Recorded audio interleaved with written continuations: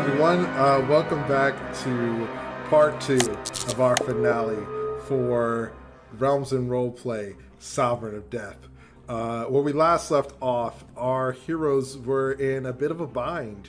Madie ran into a skeletal version of her father, and before they could figure out what action to take, Calderon appeared and teleported away with Madie in tow. So we are going to split our time between 2 separate scenes, and we'll do that while the party is split until you all come back together. If combat breaks out, we'll operate in initiative order, but until then, you can act freely. So we're going to go to Madie first. So you appear in this void space. You're standing on a stone platform on the ceiling of the palace, and there's this dark purple mist that surrounds you. It's very similar to the energy that you saw come off of Aria earlier, and that you saw oozing down the sides of the palace. And standing before you, clad in black armor and wielding a broadsword, you see Bathos Tyrannica, and he's a white dragonborn. And next to him, you see Skulldana, who you met earlier. And the two of them are sitting on thrones, side by side. And next to you is our couple, Calderon. And you see Calderon has a gaping hole in his chest, presumably from when he was shot with the giant crossbow in your last fight. And you see that his eyes are glowing gray and they're emulsive, and he has this very blank stare as he's standing there. So yeah, you're standing in front of Bathos and Skulldana. They look at you, and Skulldana reaches out her hand, and this dark green energy that you see from Calderon's eyes leaves his eyes and goes into her hand. And as she closes her fist on the last of the energy, his body drops to the ground lifeless. And you see Bathos looks at you and he says, "The last human. You are hard to track down." I mean, I haven't really been hiding out. Do you know what's happening here? Well, I have some clues, but I'd love to hear it from you. We are doing something that should have been done a long time ago. With this ritual, and with your help, we're going to end the violence that's plagued our land for too long. Violent rituals don't usually end violence, but yeah, sure, tell us more. So Skulldana speaks up and she says, all you need to do is decide if you're going to allow the ones you love to suffer, or if you're going to put it into it right now. Okay, I'm going to need some more details here, because from what I can tell, you've brought a lot of violence in. Can you make a perception check for me? Sure. And to be clear, this is just Madie standing in front of this terrifying power couple, right? Yes, it's just me. Okay, Are you still dressed like an elf? Yes, I am. I wasn't trying to hide. A non-natural 20. Awesome. So, in the mist, you see that there's a small pocket where the dark swirling energy sort of goes around and creates this air pocket. And standing in the air pocket, you can see Kit. And Kit looks at you, and in your head, you can hear Kit telepathically speaking to you. And Kit says, Told you there's more with this cat. It wasn't just a random possession. Kit says, I am sorry that you're in this position. I did my best to protect you, but I wasn't strong enough. What position am I in? I try to think back to her. So Kit has established a message with you, so you are able to communicate telepathically with Kit. And so Kit says back to you that Bathos and Skulldana intend to take your soul and use it to destroy life as we know it. Yep. They want to reshape the world in their image. Okay, cool. I give her a wink. I'm like, yeah, pretty much that's what was going on. Okay, so I turn back to Bathos and Skulldana and I go, what exactly do you need me to do? So we're going to pause on that scene and cut back to the rest of the group. So you all are in the hallway and you just saw Calderon take Madie. And you're there with Anne, who looks like she's undergone some kind of transformation, and a Minotaur skeleton version of Madie's father. And you see Anne has 2 daggers in her hands, and she's like, she's looking at you, Aria. She's like, what's it gonna be? Are you gonna join us, or are you gonna die? I think there's a third option. You see... What do you guys think? What'd you say? I said, what do you guys think? I mean, I'd love to hear your third option, Aria. I would like to quietly eat a melon. Just go ahead and roll a d20. that is a 6. Awesome. So you get 10 HP back. Yeah, so I'm looking very intently into their eyes while just going. So as you're eating this melon, you see Krondok's like skeletal sockets staring blankly back at you, and he extends a hand and says, "There doesn't need to be violence." Do you know what the King of the Dark, what was his name? The Dark King? King of the Dead. King of the Dead, there we go, is going to do with your daughter? I have no daughter. Oh, I mean, she just got, you do. Her name's Madie? You raised her. In my past life, Madie was my daughter, but now I am a servant of the Sovereign. So you're cool with whatever they're doing to her right now. You're just fine with it. Madie's sacrifice is destiny. She's saving us all. Oh, no. Okay. Aria, I'd love to hear your third option right now. I try to use my wings to, like, with a quick burst of air, fly over, Mr. Bullhorn towards the door. Okay, awesome. So, go ahead and do an athletics check. Can I argue for acrobatics? Go for it, yeah. Yes. Okay, let's see, digital dice. That is an 18. Awesome. So, you spread your wings, and Anne and Krondok are stunned for a moment, and you're able to fly past him and burst out of the door. As they're watching her fly over, I'm going to stab Krondok. Okay, awesome. So, Surprise attack! So, At the same time, I'd like to just give a big old bash to Anne. okay.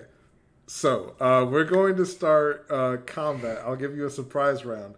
So what's going to happen is we'll resolve what happens to Aria, and then you two can do your attacks, and then we'll operate in turn order from there. So, Aria, you burst out of the door, and you see that there is a dark mist swirling around the roof.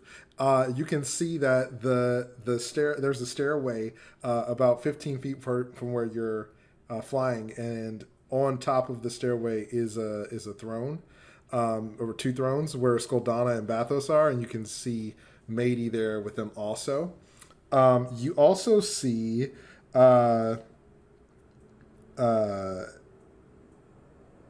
a succubus who smiles at you, and they're like Sweet. sitting on the ledge, sort of eating some kind of rotten fruit, and there's like a worm coming out of it. And when they see you, they throw it down and they say, "I was hoping you would show up. I still need to kill you and your friends." So that happens when you fly through the door. Win, go ahead and roll your surprise attack on Krondok. Does a 21 hit? It absolutely does. Excellent. And would you say that I either had advantage or this was a sneak attack in some way? Well, I do say that I think you have advantage, and it is Fantastic. Yeah. Well, just in case, listen, I'm going to make that roll one more time just in case I get a 20. Just in case, yeah. Yeah, no, we're going to keep that 21. And then, of course, I'm going to do some lovely damage with my rapier. And then my sneak attack, which is 4d6. Awesome. Go for it. So an 8 plus 13 is 21 damage. Great. So did any of our party members, like Orpheus, Keith, Fatima, etc., did they pick up what we're laying down? Are they going to be dishing out some damage? So they do not get to take a turn in the surprise round. They haven't been with us as long. They didn't see our subtle eye movements. They're not synergized just yet. And Orpheus kind of looks at you, Win, and she's like, "Oh, we're fighting? It's been a while. Sorry." And you see Keith is like in a book, and he's like, "Oh, okay." And he like pulls the knife out of the book. Wait, I'm sorry. Your girlfriend Excuse me. just He's got reading a kidnapped, book. I was kidnapped. The title of the book on the binder says "How to Save Your Girlfriend." Then he pulls the knife out of it. And He pulls a knife out of the book. Oh, so you get 21 damage. So you mess up Krondok. So let's see. My damage calculator is. Oh, it's working. Awesome. So you lash out at Krondok, and you see that he stumbles backwards and readies his weapon. Marty, go ahead and roll your attack against Anne. That is... I'm doing my great axe. That is 14 plus 6 to hit. Does 20 hit? Yes, it does. Absolutely. That is D12 plus 3. That is 8 damage. Awesome. And I could get, so in a surprise round you get to use all your actions, right? Mm-hmm. So that's 8 damage. Mm-hmm. And then we got second barbarian attack. Does a 24 hit? Absolutely. Then I don't apply my damage bonus to this one, right? Well, actually, this is another normal attack. Yes. So that's 14. Awesome. So 14 plus 8, that is 22. You just wanted to beat me. So, but before you roll your third attack, what kind of weapon do you have again? Great axe. So you, Anne's she's been talking a lot of mess. And so you bring your great axe down, and completely just obliterate Anne, and she falls backwards down the stairs dead. She was a zombie, right? I'm conflicted about it. So Anne is dead. You like super dead, right? Like not like undead, dead. We're gonna see her as a skeleton later. Like she's dead. You slashed her, and she fell back down the stairs dead. Is she dead the first time or the second time? Like, do we think this is a second death? So you could do an investigation check, but you're in the heat of battle right now. So you still have one attack left because you get 3 attacks, right?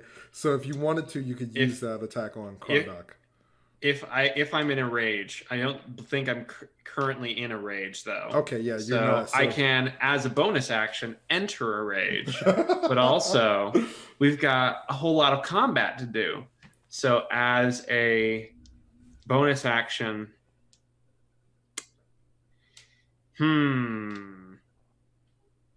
I will do an investigation check. Just like I hit her, and like she just goes like flying down the stairs. I'm like, I just like do like a little squint. Just like, did she actually die? Go ahead and roll investigation with disadvantage. Ah! You're trying to investigate someone as you knock them down, rocket them down the stairs. That's a non-natural one. Awesome. So she's dead. Yeah. All right. She's dead. So I believe it. So I turn around and go like, hey. Awesome. And so now we're going to operate in turn order. So it's Bathos' turn. So we're going to cut back to you. But Bathos isn't in combat. Yeah, we're not. We're in combat. You did burst through the door. So burst through the door, but not in yeah. combat. So we're operating in turn order. A fight has not broken out yet where Madie is. If a fight breaks out, this would be his turn to act. So you asked what it is that he wants of you, and you see he pulls a bottle from next to his throne, and Skulldana takes a glass and he pours a drink, and he says, "I would like for you to drink with us." Are you going to drink from the same bottle, or is this like a special bottle that's going to do something extra bad to me? You see Skulldana has another glass in her hand. Bathos motions to a glass next to him, and he's like, "We wouldn't let you drink alone. That's just rude." Aw, that's nice. And so you're going to pour it in your glass. He's like, "If you insist." So he sets your glass down like in front of him. He picks up his glass, pours some for Skulldana, and he motions to you. Yeah, see, here's the thing. I'm not really much of a drinker. Like, never touch this stuff. It's not a thing for me. Just really, it's like it makes me kind of crazy and feel kind of bad. You don't want like a kind of messed up human, right? You want me to be like perfect, pristine. So why don't you two have a drink? Let's talk a little more. You see, they look at each other, and he sits back and he's like, "If you insist." And he drinks from the chalice. As he drinks, you see that some of the dark energy from around starts to close in on he and Skulldana and starts to kind of seep into them. And that is his turn. We're going to go to Win. You're in the hallway now. Technically,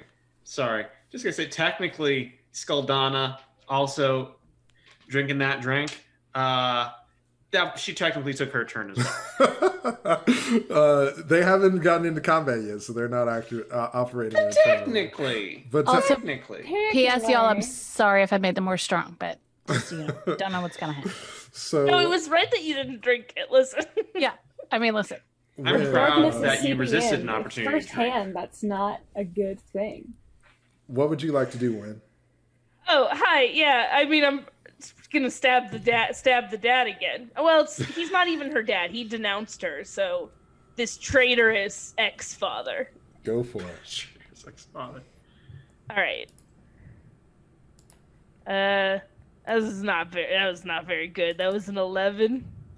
Okay, it's nothing wrong with an 11. But it doesn't. Does it hit?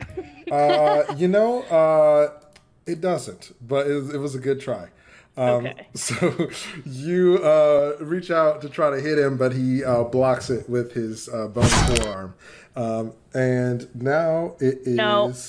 Bonus action. Disengage. Move up the stairs out of his range. Awesome. So you slash at him, and he blocks it. And as he does, you sneak past him. As you walk out onto the roof, you see Aria's there, and you see Mohr, the succubus that you all ran into.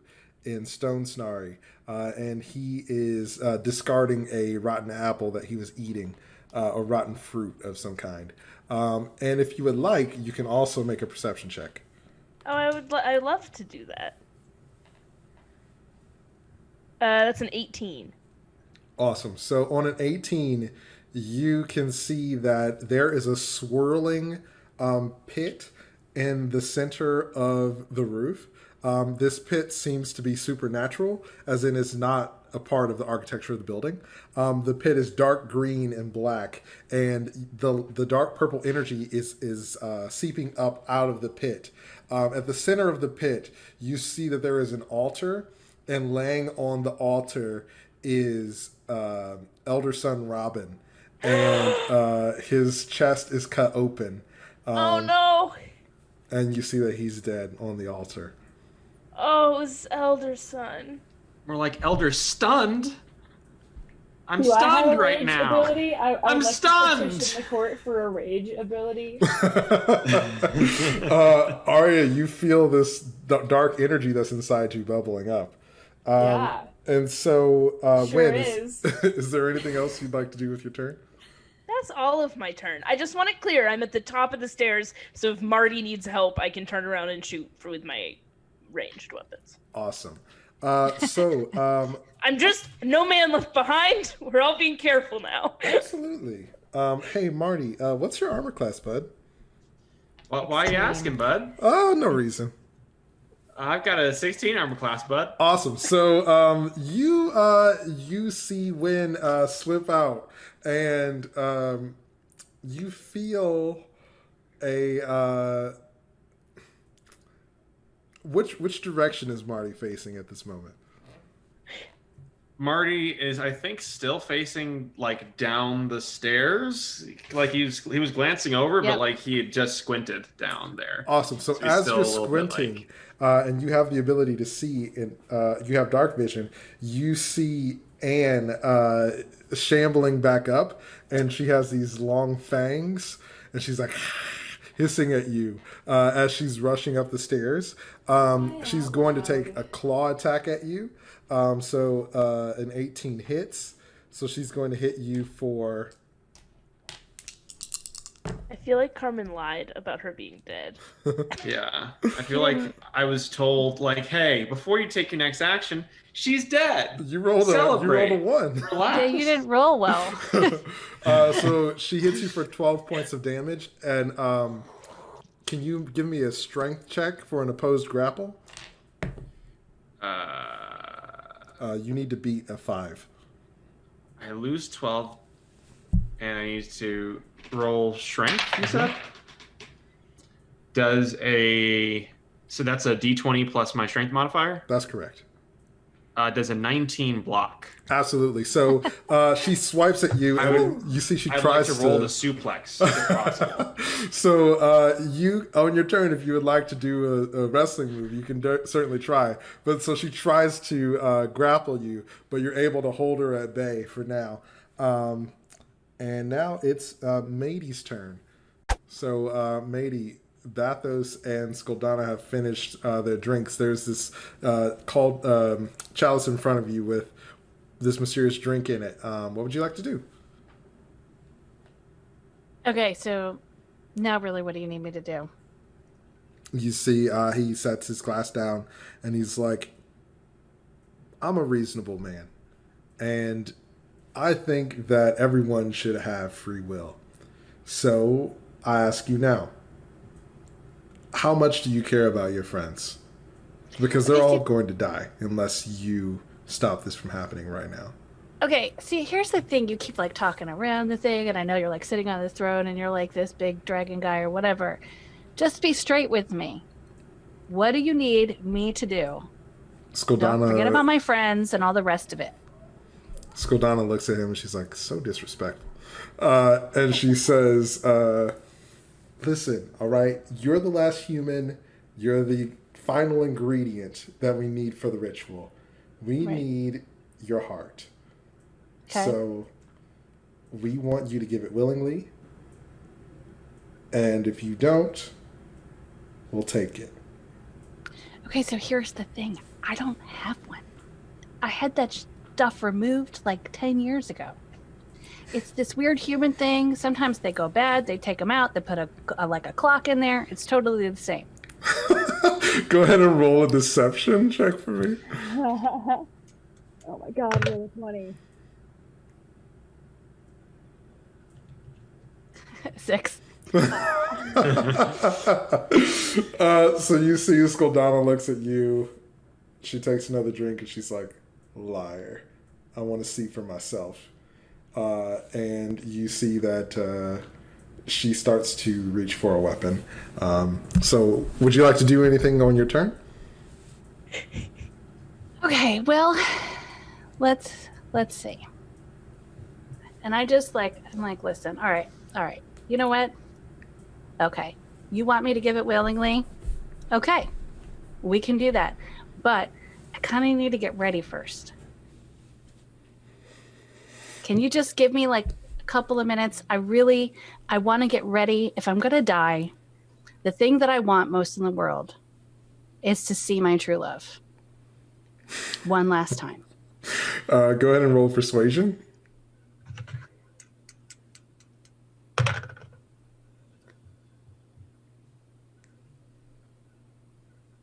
21. So Skulldana looks at Bathos and he looks at her and they kind of hold hands for a moment and they're like, we understand.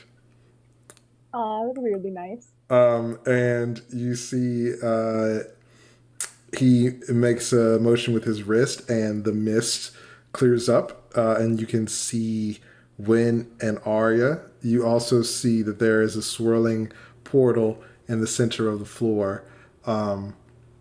And in the center of that portal is an altar with Elder Son Robin's dead body on it. I'm sorry. I guess you misunderstood. Robin's not my true love. I was clearing the way so you could go to your true love. Oh, I could go like down the stairs? Like I can go and come back? Okay, cool. Okay, I'll be back. And I just go straight down to the stairs. Okay. So go ahead and give me a She did the 21. Go ahead and give me a give me a perception check. Okay. Oh yeah. Before I go, hold on. I come back. I'm like, you need this heart, right? You're gonna make sure nobody hurts me on the way down and the way back up? Skulldana's like, go before we change our mind. Okay. What am I rolling for? Persuasion. Or, excuse me, perception, sorry. Okay, 13. Awesome. So as you're going, you see Kit is sneaking with you also. And telepathically, Kit says to you, oh, quick thinking. That's so smart. So right. You head back over towards the rest of the party. Oh, before I do that, I think back to Kit. I'm like, what should I do next? You see, tell me the next smart thing. Kit looks at you and is like, meow. And then Kit's like, oh, I'm just kidding. I don't know. Just kidding. Yeah. Oh. So that's Madie. Now we're going to go to Krondok. So, Marty, you are still in the hallway. He's going to take a swing at you. Does he enter my engagement range to do so? Because I was down the hallway, the thing from him. Wait, before any of that, I mean, I feel like I got to the hallway. I feel like I would have walked in and stopped everything. It was about 15 feet away from the door to the altar. Right. And so even though you probably can move there on your turn, I'm going to say that you're at the door of the stairwell. But because you did so many free actions, I'm going to say you have to hold to your next turn to do anything. So you're next to me and Aria right now. Mm-hmm. Okay, fine. Aria and me. You asked if he entered your threat range. Mohr. Yes. So you all were like roughly 5-10 feet away from each other, so he got closer to you. And so he hasn't left your threat range, so you don't get a opportunity attack for someone getting closer to you. So he is going to attempt to hit you. Does a 14 hit? It does not. Awesome. What about a 22? Sure does. Okay, and a 21? Really, not pleasant.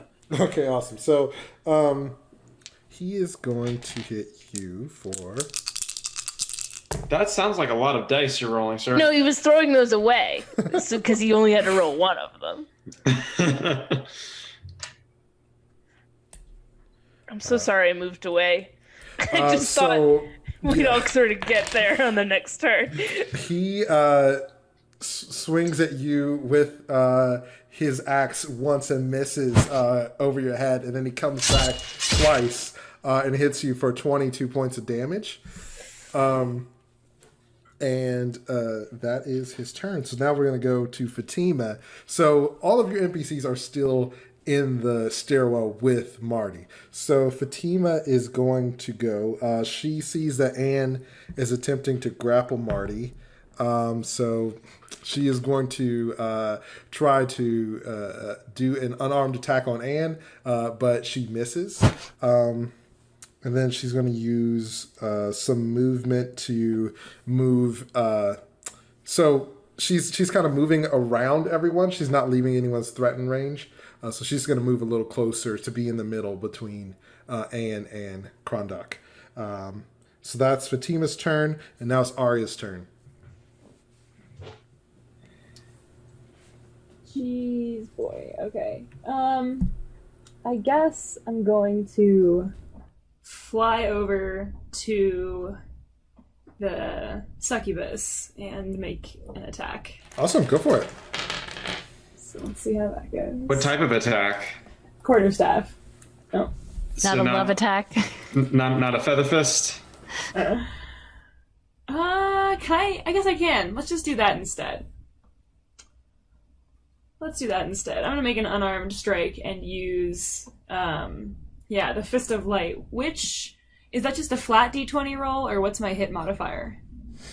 I believe when we talked about that before, it was a D20 plus your, like for unarmed strike. So the same modifier you use for your unarmed strike. Okay, great. Let me double check. Yeah, okay, so that doesn't have any bonus. Okay. So I will roll for that. Does a 5 hit? Unfortunately, it does not. Disaster. I'm going to go ahead and use Patient Defense to take the dodge as a bonus action. Oh, wait, can I prepare that? No. So you would have to prepare... Wait. No, so I'm going to disengage. Okay. Is what I'm going to do. Can you disengage as a bonus action? I can if I spend a key point. Okay, cool. So you disengage as bonus action, and do you want to use any movement? Yeah, I'll move back over to where Wynn and Madie are. Okay, and are you walking or flying?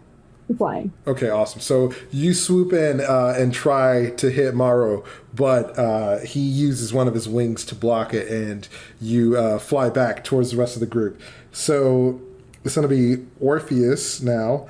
So Orpheus is going to make a ranged attack. Awesome. So Orpheus pulls a crossbow out and shoots Krondok for 5 points of damage. And he is not looking good. Oops. That's not right. Okay, cool. The crossbow bolt sticks into his shoulder, but he seems unfazed by it. So now it's Marty. Okay. Yeah. So what's the situation looking like right now? Yes. So you and all of your NPCs are in the hallway. You have Anne and Krondok on either side of you at the moment. Anne and Krondok? Mm-hmm. What if you duck and then they run into each other like in a cartoon?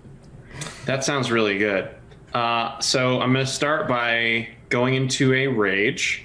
Dad hit me. and don't like it. I also don't like just people coming back from the dead after I chop them with my big ol' new muscles, and it doesn't actually do anything. It reminds me of the endless churning of the free market, and it makes me furious. I hate it. I hate it so much. So I'm going to go into a rage, my last rage of the day. And defeat capitalism, yeah. And I'm going to roll for Great Axe. I'm going to try to attack, gosh. Let's go with Anne. Is it possible to fully kill Anne? You can most certainly try. And now, if I'm correct, she got vampire teeth now. I think she always had vampire teeth. Was she always a vampire? There's no way. No. I don't know. It seems like something's happened to Anne since the time you saw her last. Seems like. Okay. I love Marty being like, nah, she's always been a vampire. This feels normal. Let's hit Krondok. Does a 16 hit? Absolutely, it does. Okay, then that's 1d12 plus 3. That is 10. Awesome. Then we're going to roll again. Does an 8 hit? It does not. Okay. One last chop on one of frenzy. Okay, so I can't. So I've done my. Well, but I've also got the other thing that allows me to take another action. Yeah, I'm gonna attack him one more time, so he can't hurt my friends. Does a 10 hit? It does not. No. Okay, so I hit him once in retaliation because vampire. She's always been a vampire, right? And then I try to keep chopping, and it does not work. Wait, are you hitting Krondok or are you hitting Anne? Krondok. Okay, Krondok is the Minotaur. That's Madie's dad. Anne is the one that you believe is a vampire. So if you're hitting Krondok, you hit him once, and so you swipe at him, and you cut some of his chest. And it looks like some of the bones are cracking, but he's still standing. So now it's Skulldana's turn. She already had a good drink. Yeah, she did her have a action drink. was sipping. None of you are near her, so she's going to do something off camera. Awesome. And now it's... No. Nobody's She told over a there. really witty joke. We didn't hear it. She told me I could go talk to my boyfriend. Yeah, So she's just... Are they making out? I don't know. They're making out. They're totally making out. If they are, she They're rolled really really making high. out. So now it's Mohr. Yeah, but he can't engage until his turn, so it's just her one-sided right now. Miellyn's blushing. So now it's Mohro's turn. Can you do that? Yes, he can. So Aria, Madie, Wynn, you're all standing together near the door, which is awesome. We hold hands. You do, and everything's good. Can I get a wisdom saving throw from Aria, since you attacked him? Sure can. How does a 11 sound? It sounds amazing.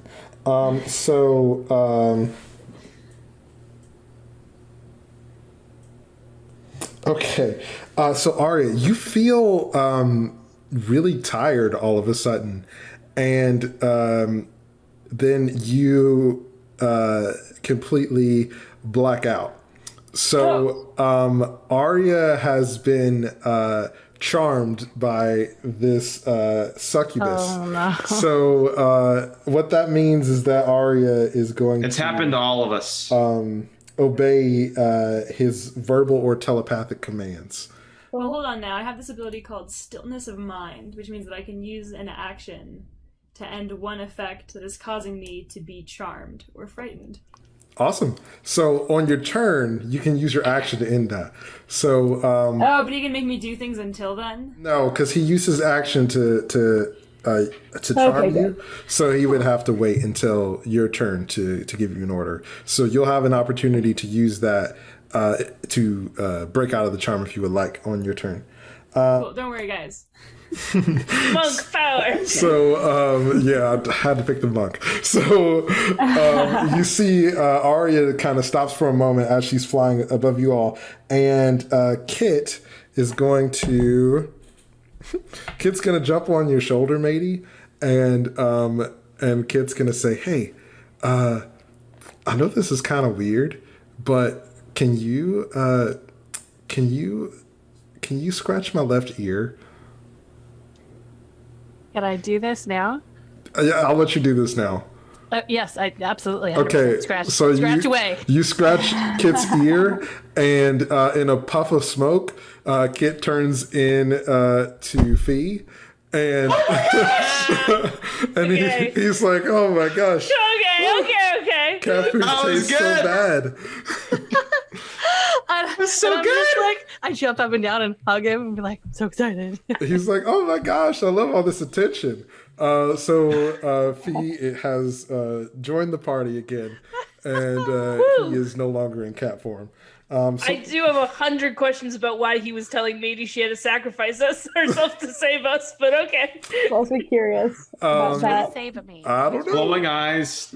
Just none of those questions are going to get answered, huh? I don't know. We'll see. I was going to say, you're certainly welcome to find out. So we're going to go back to the top of the turn order. It's Bathos' turn now. And he is going to... Okay. So you all are celebrating that Fee just rejoined the party.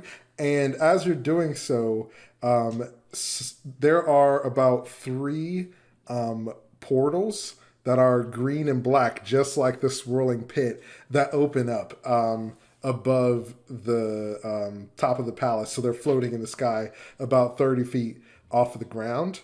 And you can see that there are platforms starting to materialize underneath the portals. So that's Bathos' turn. And now, Wynn, it is you. Hello. It's my turn. I don't know. I need to know. Madie, are you okay? Yeah, I mean, yeah. So far. Did they let you go? What's happening? No. I have to go back and give them my heart. But I told them that I wanted to go say goodbye to Keith first. I don't know. They just want my heart. It's like the last ingredient. I tried to tell them I didn't have one. They didn't believe me. I don't know why. So, I don't know what we're going to do. I just figured it'd be better if I was standing next to you all. Yeah. Mm-hmm. And that's literally as far as I've gotten. Okay. Yeah. Great. So don't go back. I guess don't go back there. Is Calderon still teleporting around? Oh, Calderon's toast. Oh. They sucked this thing out of him. He's like, gone. Don't worry about it. I'm pretty sure he's gone. Okay.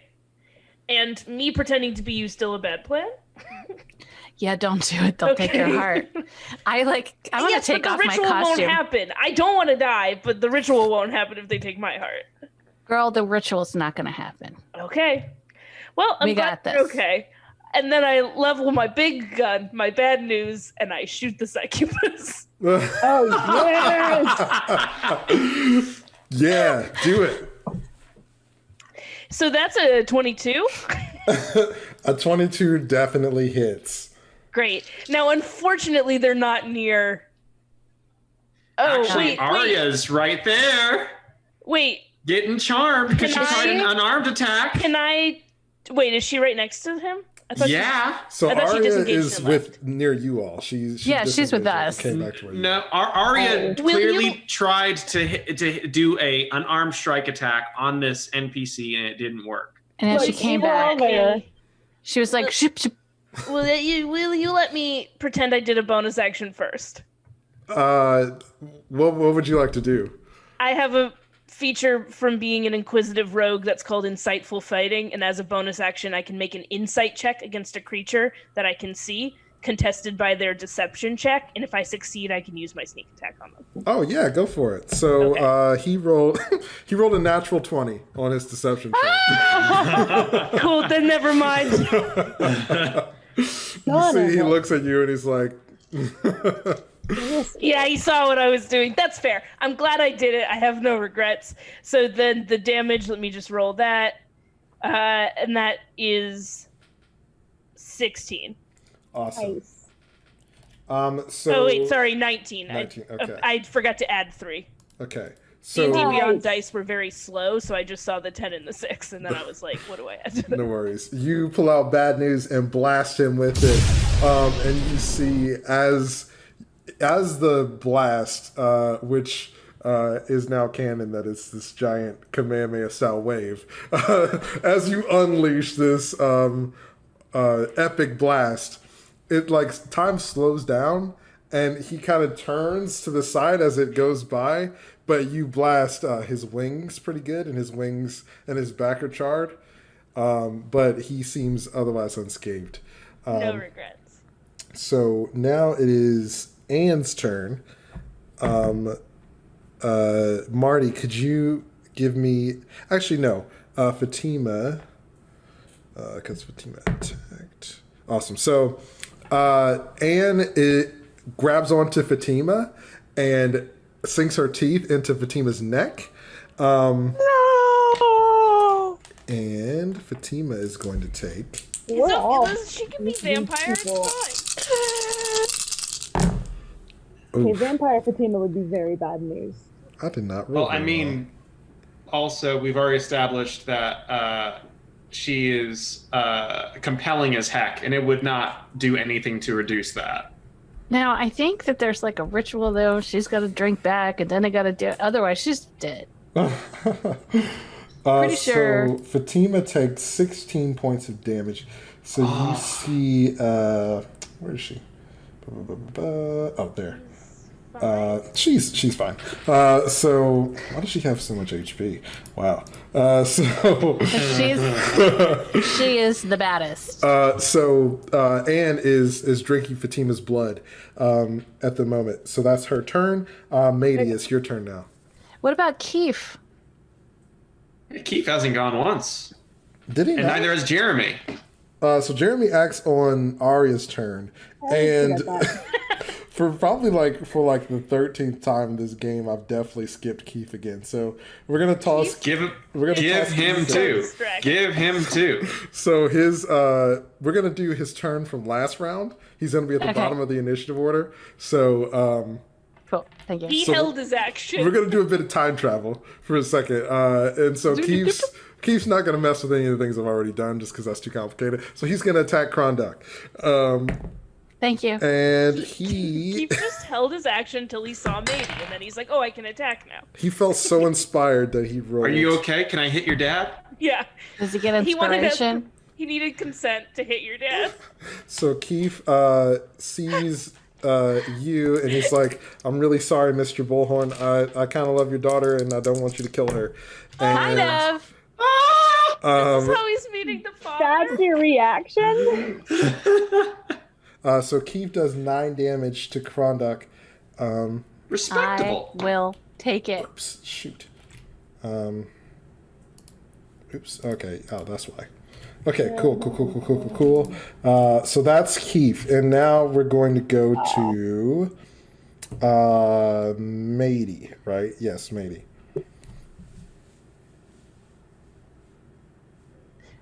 I mean, I don't really know what to do, y'all. That's what I actually legit say. Well, we're all fighting. So Kill your dad. I get. no, we don't want you to have to do that. Kill Anne. Yes, You we know do. I'm covered in blood right now, just shouting like, "Yes, we do." She's eating Fatima. Should I go for Anne or Daddy? I think I'm gonna have to kill my dad, y'all. Okay, but I feel like if you Kill hit your dad. combat, you'll kill him, and then that'll give you one less character who can deal damage back. I am getting my hammer out. You know what? This is a war over my heart. We're going to make it for real. It's very Greek. So, I roll This is so sad. a 21. Does that hit? It definitely hits. Okay. This is with my hammer. So, Remember to take any bonus actions, additional actions you have. copy that.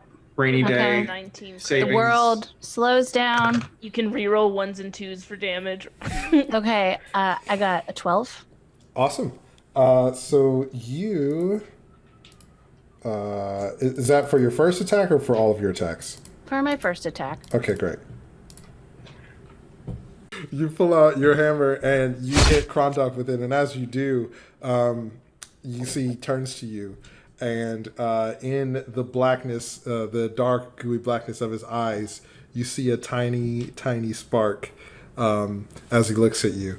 And go ahead and roll your next attack, or whatever you'd like to do. Okay.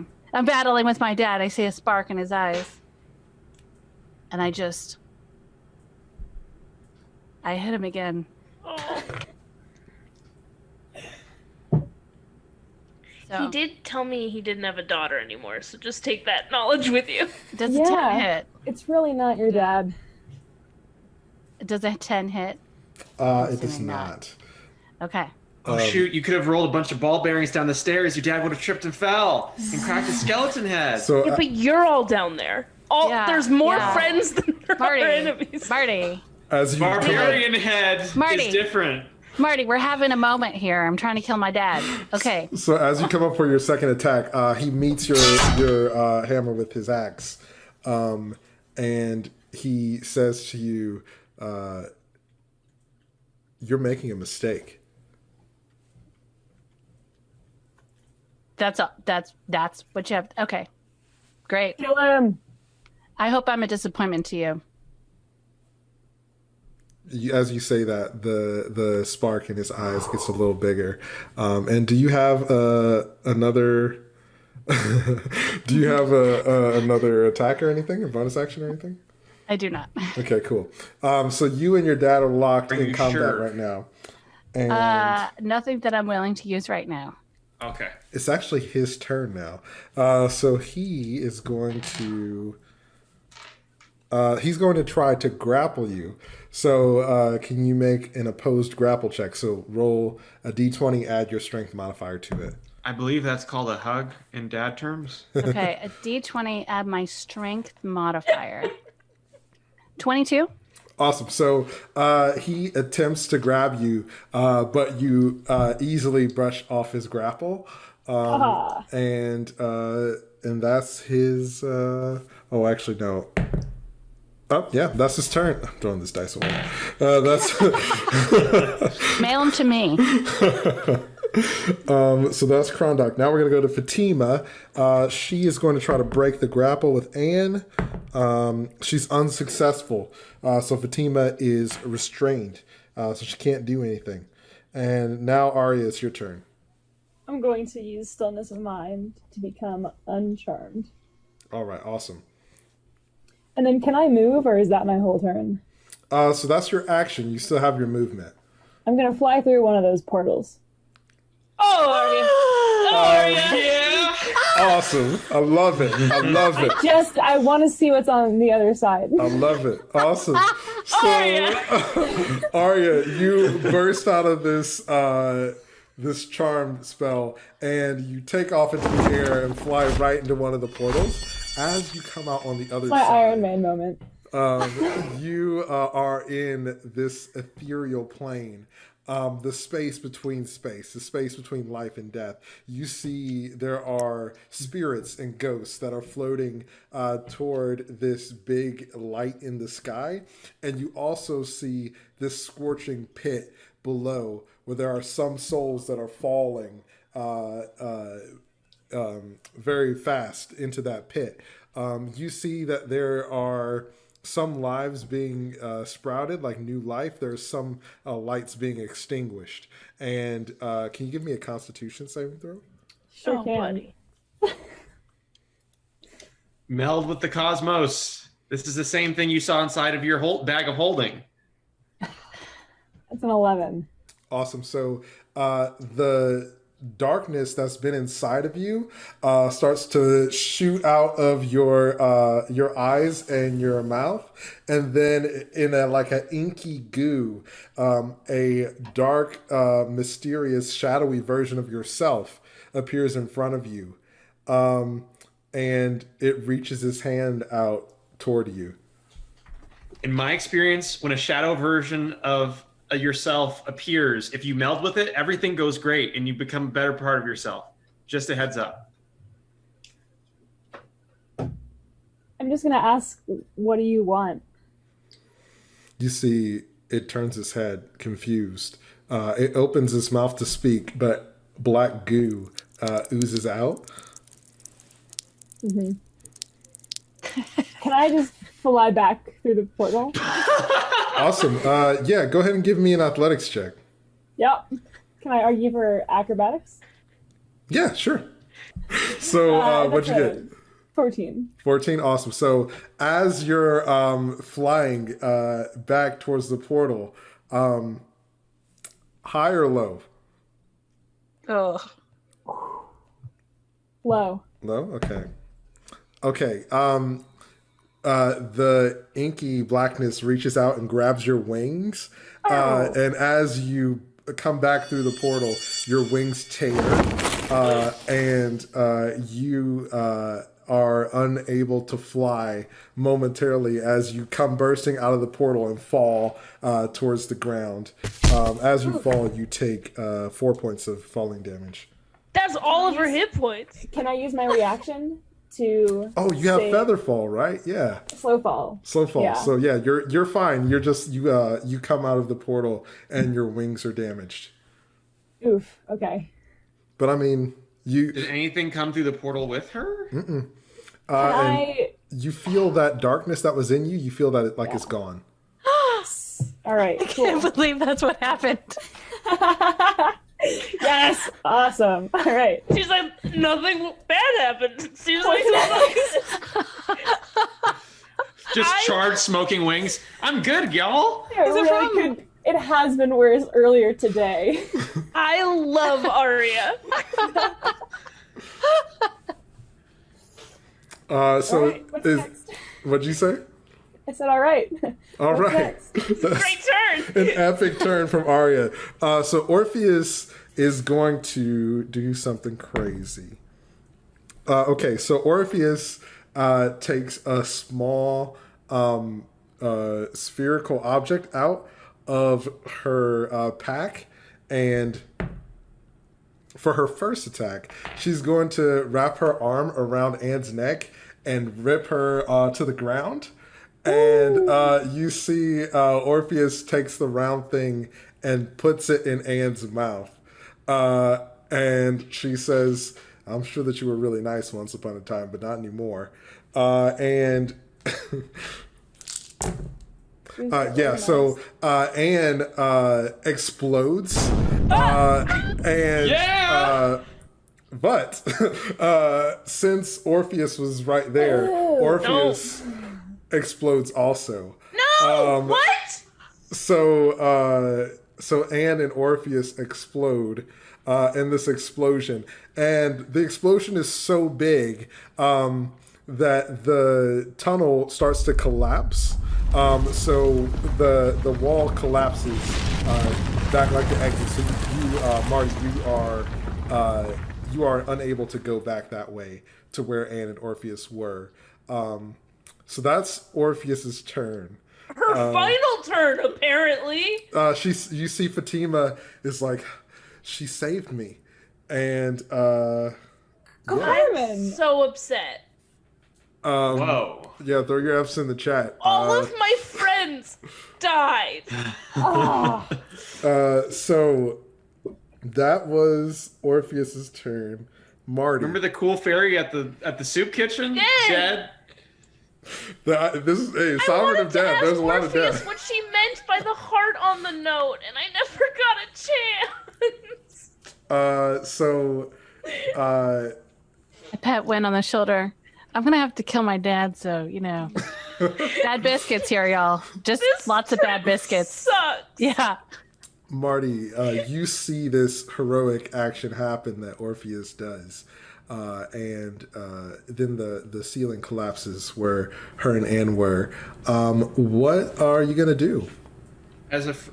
One of my free actions is that I can I can do like one like perception check or whatever, right? Mm-hmm. Can I check, is Orpheus dead?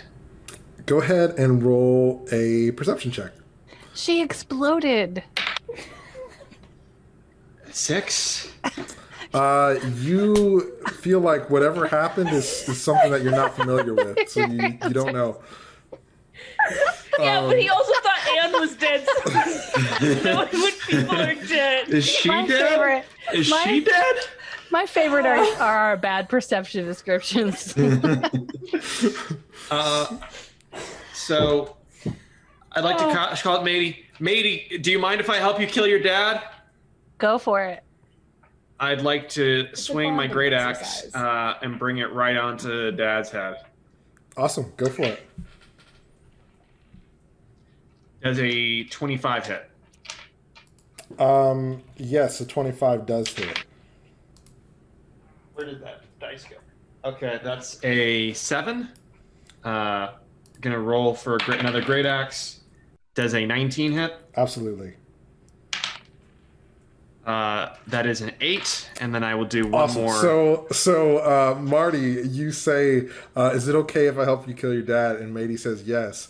And Marty, you bring your axe down, and This has happened before. you cut right across Krondok's body diagonally, and then you come down the second time the other way, so you make an X across his chest and his body. And Madie, you see he looks at you, and the spark that's in his eyes fill for a moment, and he says, "I love you." And then Krondok explodes into dust and is no more. And Marty, you just killed Krondok. I would like to whisper, I love you too, Dad. And his ashes are on the wind. So now... Is there someone within Constitution 40 save feet of me? Not to cry. No enemies, no. Just your allies. I rolled a 9. Okay, I'm gonna use my last action to chug a melon. Okay. Go I ahead and... stress eat. Go ahead and roll... Actually, I'm gonna do something stupid. I'm gonna do something stupid as hell. Yeah, hell yeah. Do it. This is apparently a theme. I'm gonna use the Cape of the Mountebank. Hell yeah. All right. I want to teleport behind the tunnel collapse where Anne and Orpheus got trapped, and make sure that find out what happened. Awesome. I'm not gonna let them go without a fight. Awesome. So What a fight. you teleport with your cape, and as you come out on the other side, you see that there is a lot of smoke in the hallway, and there is a green and black portal that has opened, and you see there are a lot of char marks on the ground, and that there is a trail of blood leading into the portal. I've still got movement. Jump into the portal. Awesome. So, Marty, you heroically jump into this portal, and as you step through the portal, but I feel like that was a bad idea. Heroically. as you step through the portal, you are weightless as you float through the space between spaces. You see that there are countless other portals out in the atmosphere, but near where you are, there are 4 other portals.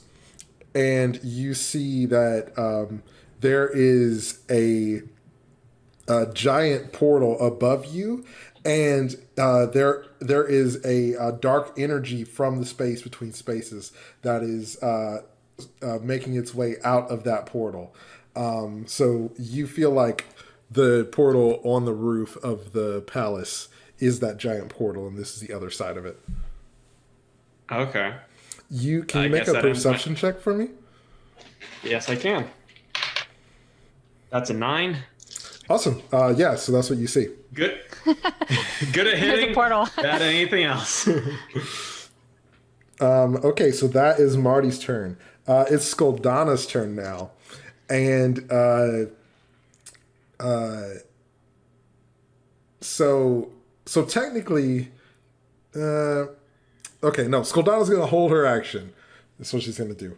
It's Morrow's turn now. Morrow is going to...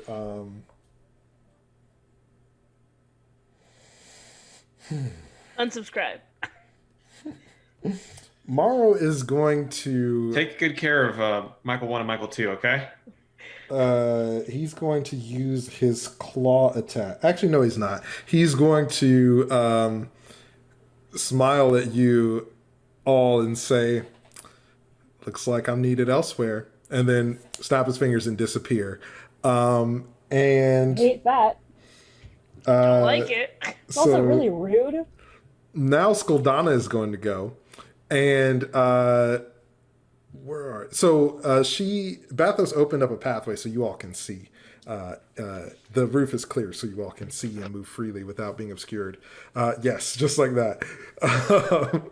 Thank you, Wynn, for being... So we're here.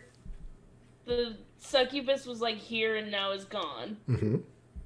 And then that's Skulldana and Bathos. That's absolutely correct. Great. Thank you so much. Power So Skulldana stands up and she reaches out a hand and black mist from her hand spews out. And okay.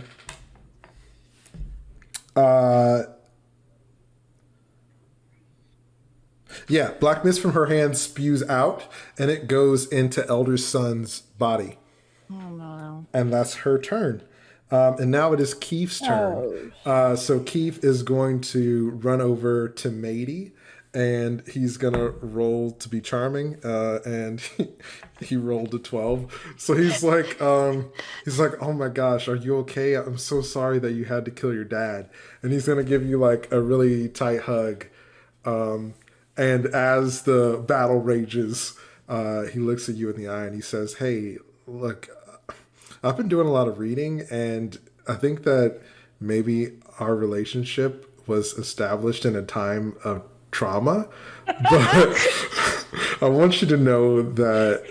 Are you breaking up with me? No, I'm trying to... Dump me? I just had to kill my dad. They're trying to steal my heart. I came all the way over here to see you, and now you're going to dump me? You see, Read the room. he pulls a paper out of his shirt for notes, and you see on the back of the paper it says how to propose romantically, and he's like, Oh, whoa, babe! Gotta stop you there. Also, not the right time. Like, either way, like let's just put that back in your pocket. what? Just back. Nope. When he turns it around to the side that he was reading, there's a note on there that has the symbol of the portals on it, and he's like, I was going to tell you what I found out about these weird portals, but I guess it's not a good time. And he puts it away. No! He's like, No! Bring it back. Okay, I'm really confused. I'm confused too. Okay. Here, listen, let's start over. I'm confused. I just had to kill my dad. You know, it's kind of like a thing. It's kind of a problem. Anyway, what do you know about the portals? Lay it on me. all right. And so as you say that, he gives you a really passionate kiss, and he's like, I know that we have to stop this. And Oh no, we there's don't only have to one stop way this. to do it. No, we can keep doing this. I think I might have just got pregnant. What? I'm talking about the portals again. And You were kissing me. Oh, well, yeah, I was just trying to like be romantic in the moment because I feel like, it's like, oh, we might I know that die. I joke about stuff. Okay. All right, portals. So he's like, hey, so it looks like if we don't stop that big portal, it could consume all of Broken Rock and maybe even all of Yashan. Okay, so how do we stop it? Well, yeah, I don't know. And you see Fee walks over and is like, you're so useless, and slaps him on the leg. Be nice to our himbo. Fee pulls out this this orb and the orb is like floating in his hands. And he says, you are the last human, the final piece of the puzzle. I was trying to tell you earlier, but so I'm a magical being, and I was hiding in Stone Snarry because I was afraid of my destiny. But I think our destinies are connected. And he holds the orb towards you. He says, if you use this, you might be able to bring back the other humans. But it might be really dangerous. Like, okay, how do I use it? You see, he's like, I don't know. I've never used one before. I just heard stories about it from, well, the space where I come from. Can I roll a perception check to see if I trust him? Yeah, go ahead and do insight. Insight. Okay. 17. So you feel like Fee is telling you the truth. You feel like he's probably so what you do know is that you've heard rumors about these beings that exist in a plane beyond your own. So they're essentially kind of like godlike beings. And you feel like Fee may be one of those types of beings, but probably is the child version of whatever that being is. So he's not aware of how to use or harness his powers. Mr. Missile Splick Flick. He's a baby god. Okay, got it. All right. So I put my hands out. Go ahead, give it to me. He hands you the orb, and as he does, we're gonna go back to the top of the initiative order, and it's Bathos' turn. So he hands you the orb, and Bathos from his throne reaches out his hand, and he's like, "Time's up." Can you make an opposed grapple check for me? You need to beat an 18.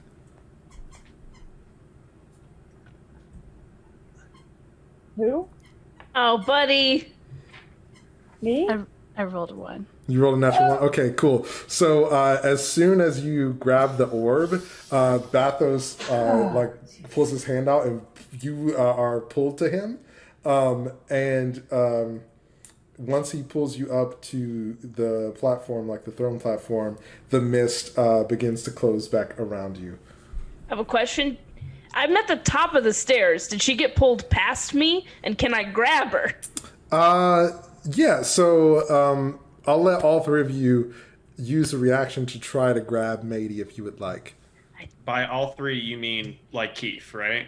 Yeah, okay, Marty's not there. Oh, that's right, Marty, you're in the space between spaces. Okay, so Keith, Aria, and Wynn, you all have the opportunity to try to, and Fatima have the opportunity to try to grab Madie if you would like. Dex or strength? That's going to be his strength. I'll try and beat an 18. I got a 16. Okay.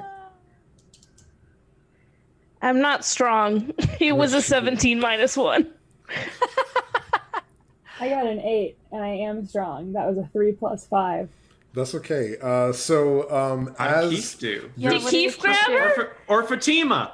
As you're being grabbed, Or Michael 1 and Michael 2. There's so many people in this Fatima, little tiny hallway. Tell me about it. So as you're being grabbed, Fatima reaches her hand out and grabs your arm, and she's like, "I won't let you go." And then Keith grabs the other side, and he wraps his arm around you, and he's like, Glad somebody has your back. he's like, I'm not gonna let go of you.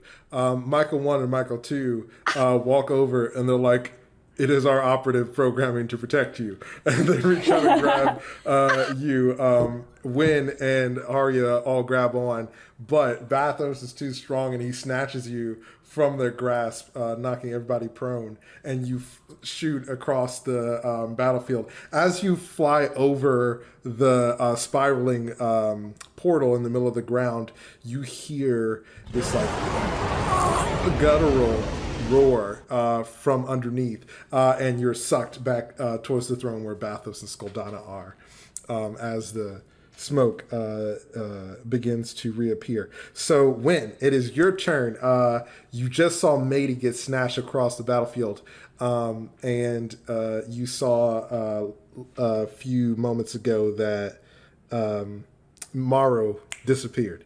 So what are you going to do? I'm running after Madie. Awesome. I'm going to stand up. I'm going to run after Madie. Awesome. So you struggle to your feet and you're running as fast as you can. And when, like, all of your friends and a lot of your family have been in danger, a lot of your friends have died, as you're running, tears are streaming down your face. And the mist starts to wrap itself around you. Go ahead and make a Constitution saving throw. Missed bad. 17. Awesome. How many good melons do you have in your possession? Oh no. I have 7. Okay, so 4 of them rot and are no longer useful. And you are able to make your way through the smoke, and you're on the altar. You see that Madie is there with this orb in her hand, and Bathos is now standing with his broadsword at the ready. Skulldana as well, and there's a giant portal behind them. Bonus action reload bad news. Awesome. Action shoot bad news. Okay, so I'll say that, like, as you were running over there, you were reloading bad news. So as soon as you get up there, you are ready to fire. So go ahead and roll an attack. Now I just want to clarify: is Madie incapacitated? No. She just Then got pulled I got sneak attack, baby. Sneak attack! Rogues. I'm sorry, Madie. Would you consider yourself an enemy of Bathos right now? Absolutely. Super Okay. enemy. Rogues. Mortal enemies. Oh, it was so close. 19 plus 6, 25. Oh my gosh, that definitely hits. Fantastic. So we do this, and then we add 1, 2, 3, 4. All right, so that's 26 damage. Nice. And I want to say, let go of my friend. As you say that, you aim the barrel right at Bathos, and you pull the trigger. This giant wave of energy just like, whoa, blasts out of bad news. And Bathos holds up his hand to block it, but is blasted backward into the portal. And how much damage did you say you rolled? That was 26. Awesome. I'm just going to do it like that. Okay, cool. So he is blasted backward into the portal, and you see Skulldana is furious that you've done that. So any bonus actions or anything? I used my bonus action. Okay, cool. So that is win. An awesome turn.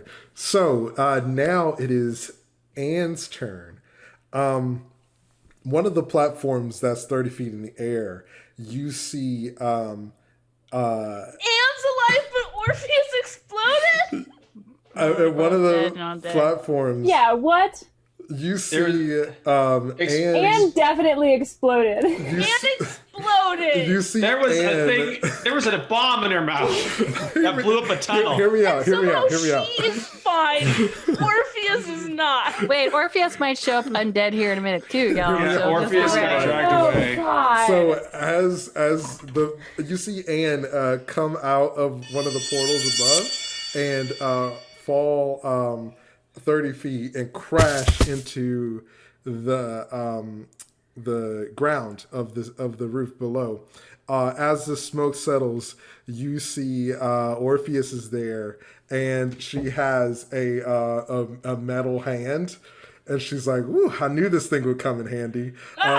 She's pretty banged up and bloody, and you see Anne is in disrepair. Let's just put it that way. She's not looking good. Anne is dead. So don't worry, guys. She's dead. She's like dead, like She's not dead. moving She's around, dead. like can't move, right? So now maybe I love how when we started this, It's my turn? Carmen was like, "Hey, you've got 6 of you in there," and he's like, "But 4 of them are gonna be mine in like 10 seconds." It's Madie's turn now. Okay, I turn to Win. Grab onto my belt. Okay, I trust you. Okay, I have a hole in my cloak. So I throw the hole down, which should make it so that I can go to anywhere within 100 feet. Yeah, where would you like to go? I want to. I can pick. I didn't know. I thought I could walk over to me first, though, because I thought you were next to me. I was in gun range, so I'm not directly next to you. Okay, so I walk over to Win. I'm like, grab onto my belt because I got the magic terrarium in one arm, and I'm like pulling the hole out of my cloak in the other. I slap the hole on the ground, and we like pop down. I want to go down to the hallway on the other end of that stairwell. On the other side of the rubble? Yeah. Or like in the hallway. So like so there's the hallway, and then there's the rubble, and then there's like the other hallway that leads out of actually, I want to go to the hallway this side of the rubble, the roof side of the rubble. Cool, where Keith is. Cool. Yes, I want to go to where Keith is. Okay, awesome. So and I wasn't trying to, but it's just what happened. Tell him it was good. So I want to go back where I was before I got snatched away. Sure thing. So you, when you blast Bathos into the portal, Madie, you run over and you're like, grab my belt, and you grab Win and throw down a portal, and you both jump into it with the light, and you appear back over to where you were before. So that's your turn. Would you like to do any bonus actions or anything like that? No. Okay, cool. So that's your turn. Kondak is dead. And now Fatima is going to go. So Fatima rushes over to the portal, and she has this device that you all don't recognize, and she's holding it to the portal. She's going to make an Arcana check. She's like, I don't know what this is, but the readings are off the charts on this thing. So when she cannot tell. She can't. She can't tell. I cannot tell. Sorry, I'm just gonna leave now. So now it's nice having you. It's Aria's turn. So Aria, a lot of stuff has happened. What do you want to do? Sincere apologies for the dog. So I remember last turn, the darkness inside made me lose 10 hit points off of my max. Do I regain those? Go ahead and do a nature check. Oh my god, with advantage. I've had a good nature stat this whole game, and I've not been able to use it.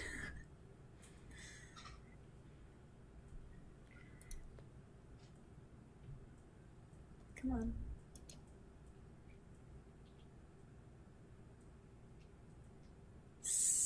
That is a 15.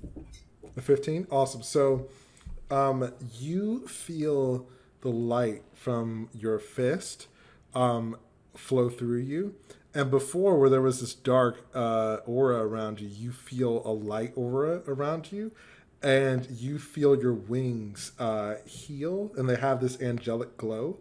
And your hit point maximum returns to normal. Sweet. Okay, great. Given that, then I will... what do I want to do? I guess I'm gonna fly over... and attack Skulldana with the Fist of Light attack, which I goobered last time and does have a +5 modifier, but a 10 wouldn't have hit anyway. Okay, and that's a nat 20. Yeah. Awesome. Yeah! Go ahead and roll damage. Does that modify the damage in any way? Yeah, so you roll double damage on that 20, so that'd be 6d10. Go ahead and do it. 12 d10. Dang. Oh no, 6 total, because it should be 3. Okay.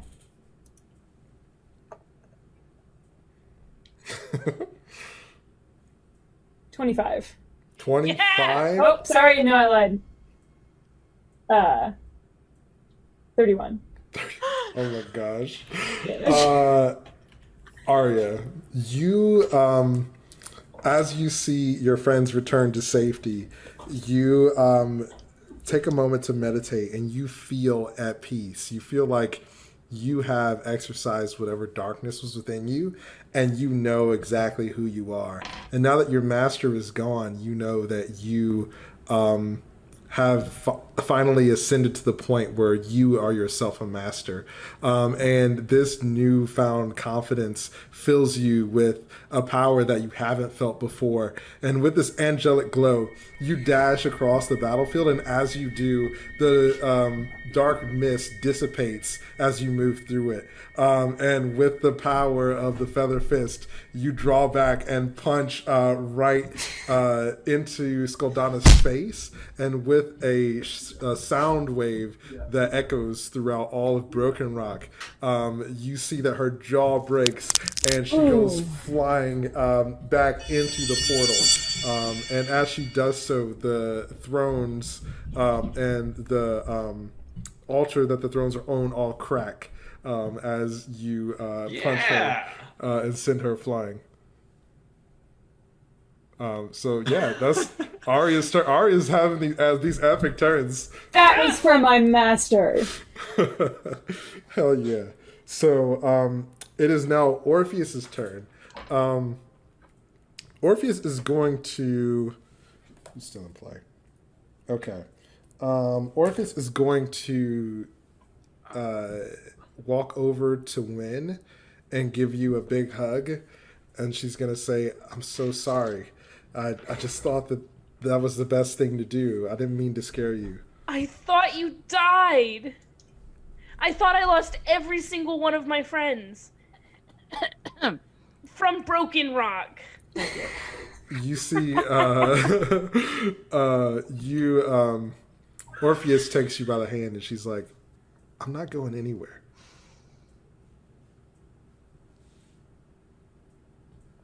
Okay. Please don't do anything stupid like that again. I didn't even want you to come on this fight. I don't want anything to happen to you.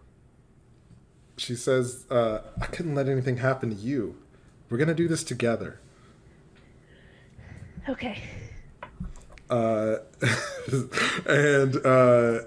And Orpheus... No more bombs! Orpheus is like, well, I do have a few left. And you see that she opens her pockets and she has about 3 bombs in each, so 6 total. She's like, just in case we need them. But don't be standing next to them when What they a explode. woman. So that's Orpheus's turn. She's going to ready in action, and she is going to throw a bomb if she feels like Wynn is in danger. Okay, cool. So that was Orpheus. Before we go to Marty, I haven't been doing anything for Aria's skeleton, Jeremy Johnny Schmidt. So he's there, but he just he hasn't done anything because you haven't given him any orders yet. So I love this idea that Aria has a skeleton that she just doesn't remember. So as I can't remember his name or where he is or what he's doing. Just an intern that just gets lost in this company for 6 years. We never finished the paperwork. Yeah, so he's over there clapping as you punch Skulldana, and we're gonna go to Marty. So Marty, in this space between spaces, you see one of the If what happens, what I think is going to be happening, and I see the people I think I'm going to be seeing, I want to be patting my great axe into my other hand as they come through. So just continue what you're saying. Okay. So Bathos comes flying into the space between spaces, tumbling head over heel. And soon after, Skulldana does the same. Skulldana is looking hurt. Like, she is not looking good. Bathos looks like he's scraped up a little bit, but he looks okay. Go ahead and give me a perception check with advantage. Thank you. So that's 14. Okay. That's 14. Awesome. Respectable. So, yeah, you see them come flying through the portal, and they are moving at a pretty fast velocity at first, and then they become weightless as they're in this space with you. What would you like to do? Is it possible to sneak in a weightless void? I mean, you can roll a stealth check with disadvantage. So that isn't going to be necessary. The main thing is I'm going to guess. I'm trying to grab a prop to sort of visualize. Okay, I've got a big old book. Okay. Oh boy. So I've got this. I start just shuffling through the weightless void, and I'm gonna just I'm gonna attack Skulldana in the weightless void. Awesome. Go for it. So that it does a 13 hit. 1 second. Buffering. No, it does not. Okay. Does a 14 hit. No, it does not. Does a 24 hit. Absolutely. Okay. So your rage is propelling you through this void, and you take a few swings to sort of get your bearings, but you come down and connect with the third swipe. That is 15, and I get an extra thing because I have a Mark of the Risen. My little muscle pin glows. I imagine that I don't really have a shirt, so it's just stabbed directly into my chest, and it's glowing right now. And as I do one last attack, does an 18 hit. Absolutely. That is a 15. Oh, wow. Okay, awesome. Marty's finishing this fight 15 himself. 15 plus. I think do I get another +2 on that? It might just be it might just be 15. Yeah, you only add your modifier, so it's just 15. Oh my gosh. So you're living up to your name, Marty Murder. So you swipe. It stands for a murder of crows, dude. Right. So you swipe at Skulldana, and you cut one of her wings and rip it, and you injure her really badly, and she's looking really hurt. And you see, as you do so, Bathos looks at you and he's like, "I will have your soul." Gotta catch me first. No, it's Skulldana's turn now. So she's going. She alive? She's still standing? She's still alive, yeah. Didn't I just do like almost 30 damage? Guys, it's the last fight. She's alive. She's gonna attack you 3 times. So she rolled a natural 20, a 24, and a 22. Wait, what? All of those hit, right? Excuse me? What? All those hit. Marty, we're not near you. Oh, that's the wrong I just hear faintly, "We're not near you." It's like, but you're with me in my heart. Oh! Ow! Ow! So is the sword. Okay. So that's not very good, actually. Good. We don't know what that means. Usually I hear awesome, great, That's true. fantastic. Her first attack- That's not really good, actually. Her first attack does 19 damage. Her second... Her second attack...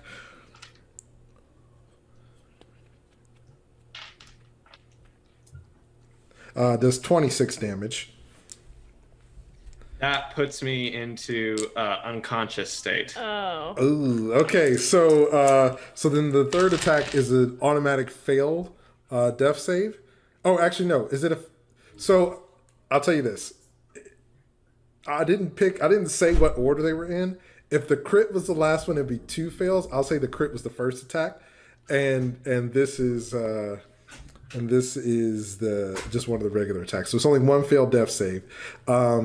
But so Skulldana pulls out this whip. So I say, "You got to catch me first," and then she just like stabs me so.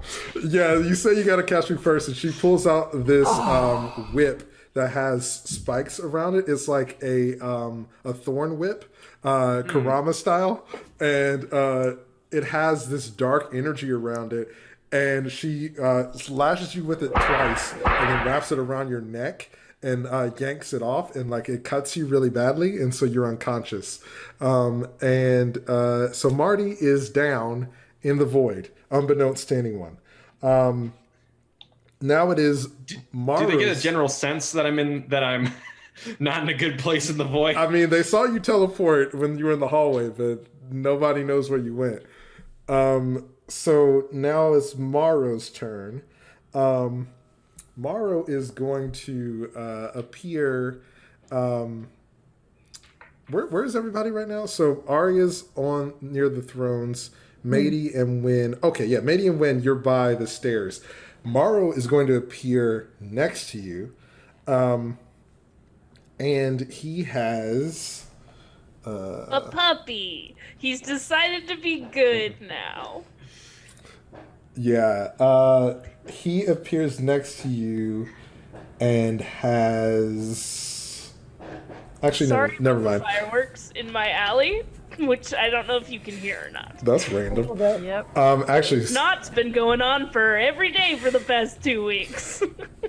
Scratch that, actually. So Morrow just appears next to you, and Great. he's going to... Madie, could you give me a wisdom saving throw, please? All right, what am I supposed to, how does that So work? roll a d20 and add your wisdom modifier to it. Oh, if it's a saving throw, you might also be proficient. I don't know if you're proficient in dex saving throws. Or wisdom, sorry. I was looking at my own dex saving throw.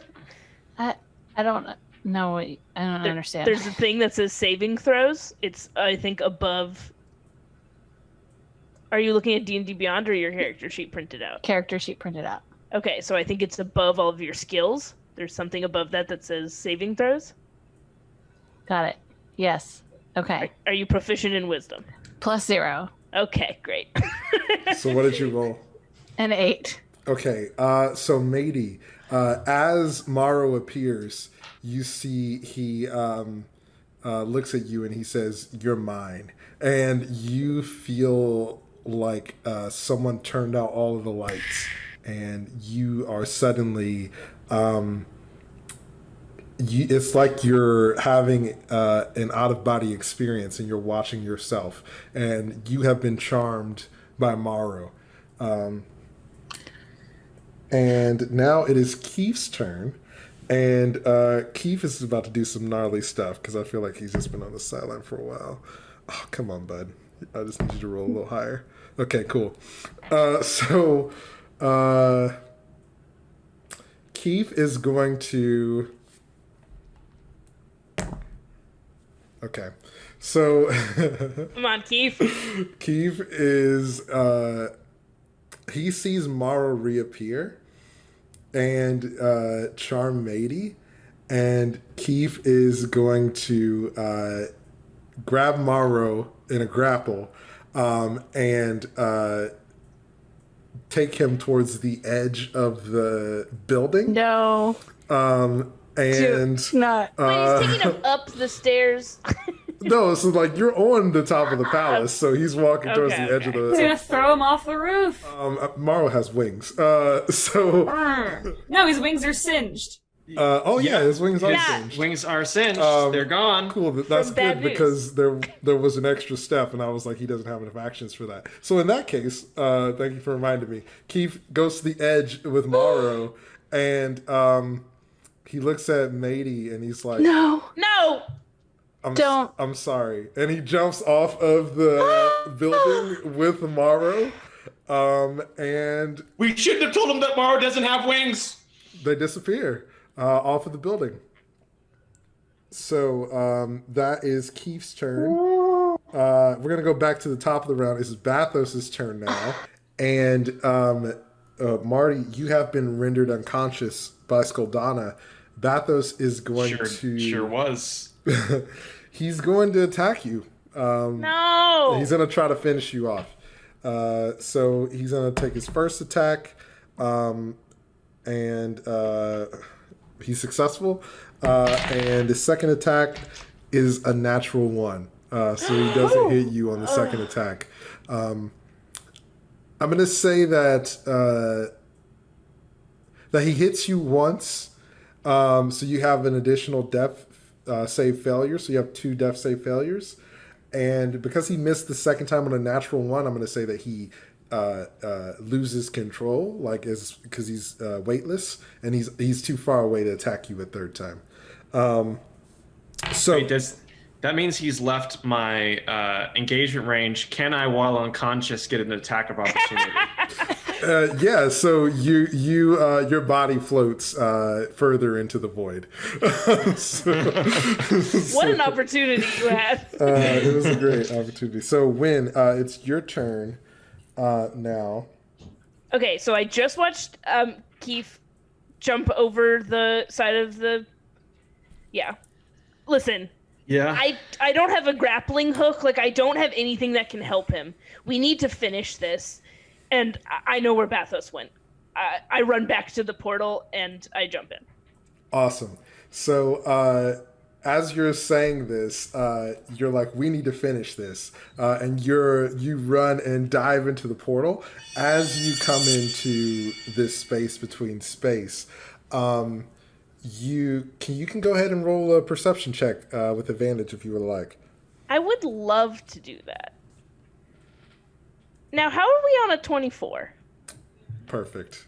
So, as you come into this space between spaces, you see Bathos and Skulldana floating weightlessly. You also see Marty's unconscious body. Marty is looking very hurt.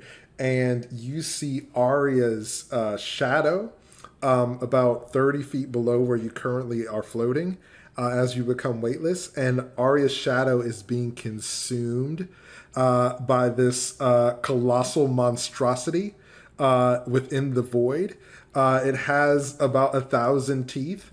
It's about 200 feet wide, and you can't tell how long it is. It has about 60 or 70 tentacles and 4 claws for arms, and is slowly making its way toward the large portal at the top of the... Where I just came in. No, the large portal that's in the middle of the room. Right, but so that's the one is that the one I knocked Bathos into? You can't... It was through a different portal that was behind. Oh, okay. Then I jumped in... Yes, you're right, yeah. Okay.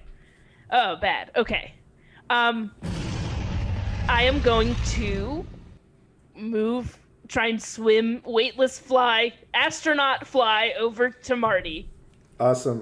Go ahead and give me a athletics or acrobatics. Yes. Well, that's a 15. Excellent. So you're able to easily adapt to this plane, and you feel like it's because you spent so much time changing your form and adapting to new forms that you're easily able to move through this, and you get over to Marty. I'm going to smush a good berry into his mouth.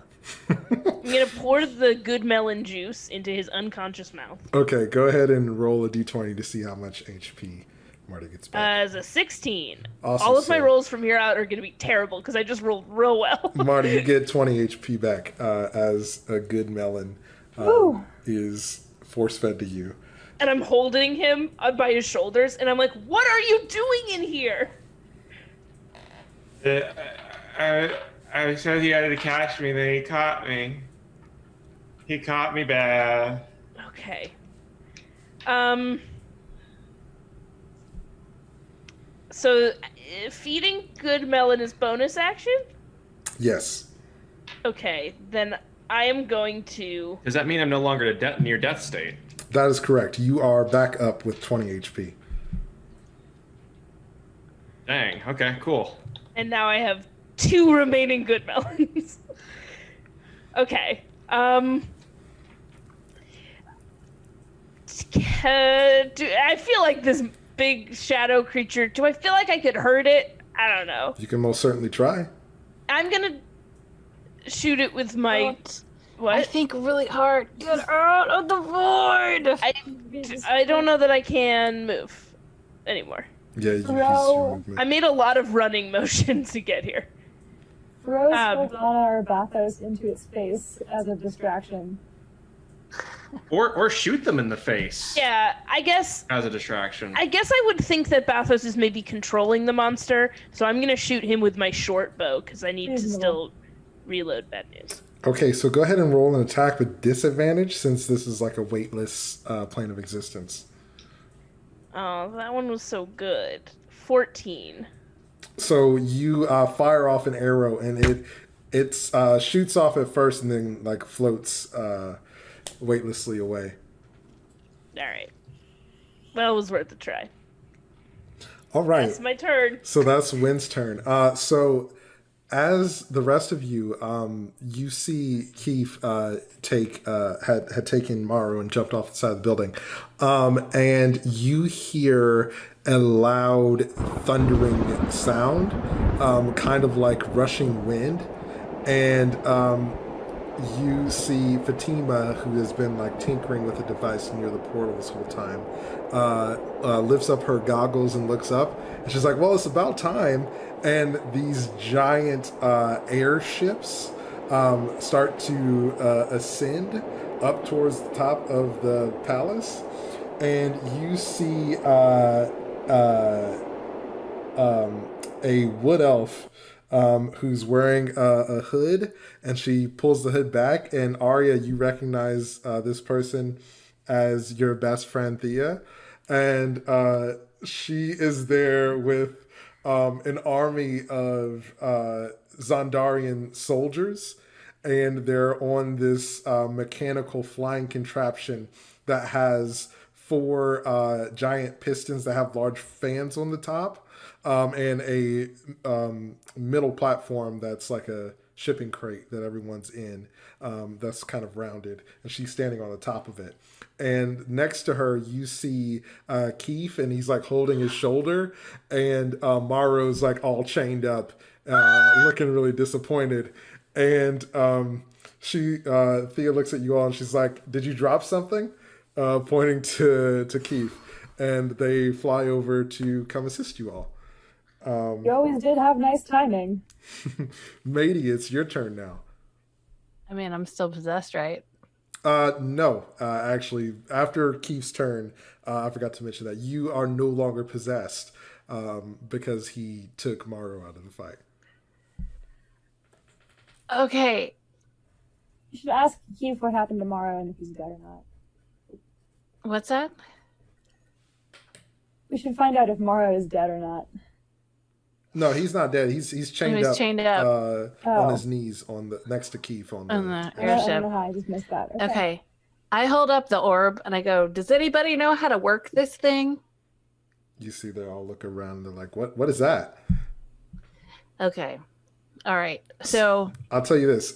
So mechanically, if you'd like to try to use the orb, well, you can make an investigation check to see if you understand how to use it, and you can make it with advantage. Okay. Okay, let me see. Whoop. I went to the wrong tab. Okay. 16. Awesome. So as you hold it up and you're like, does anybody know how to use this? It feels really warm in your hands, and your eyes start to glow an emulsive bright yellow, and you suddenly see everything. You see the life of every human that ever lived before you.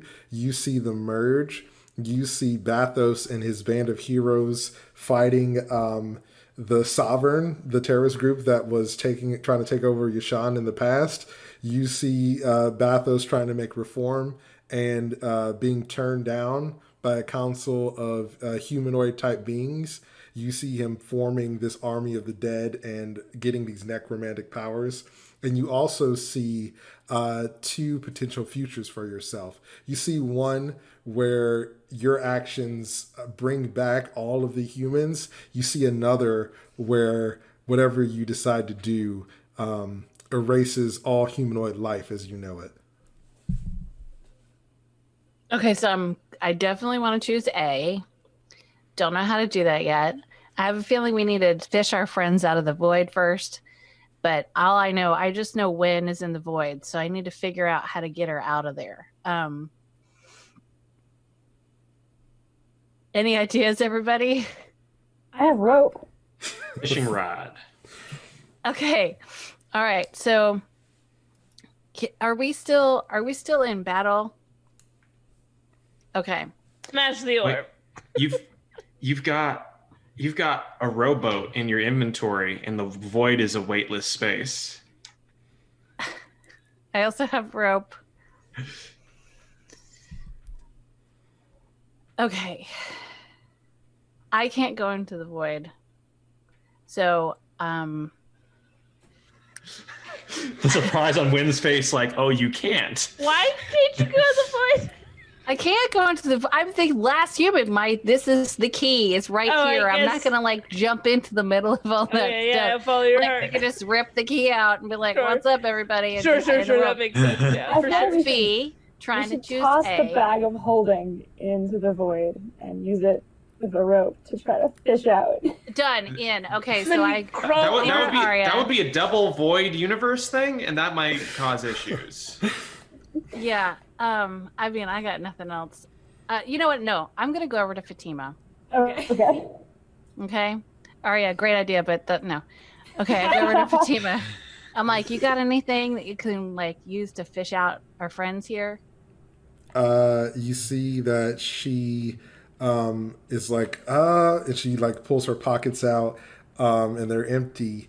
And she's like, well, the only thing I have is this. She takes off a ring and she like squeezes it in her palm and like places it on the ground.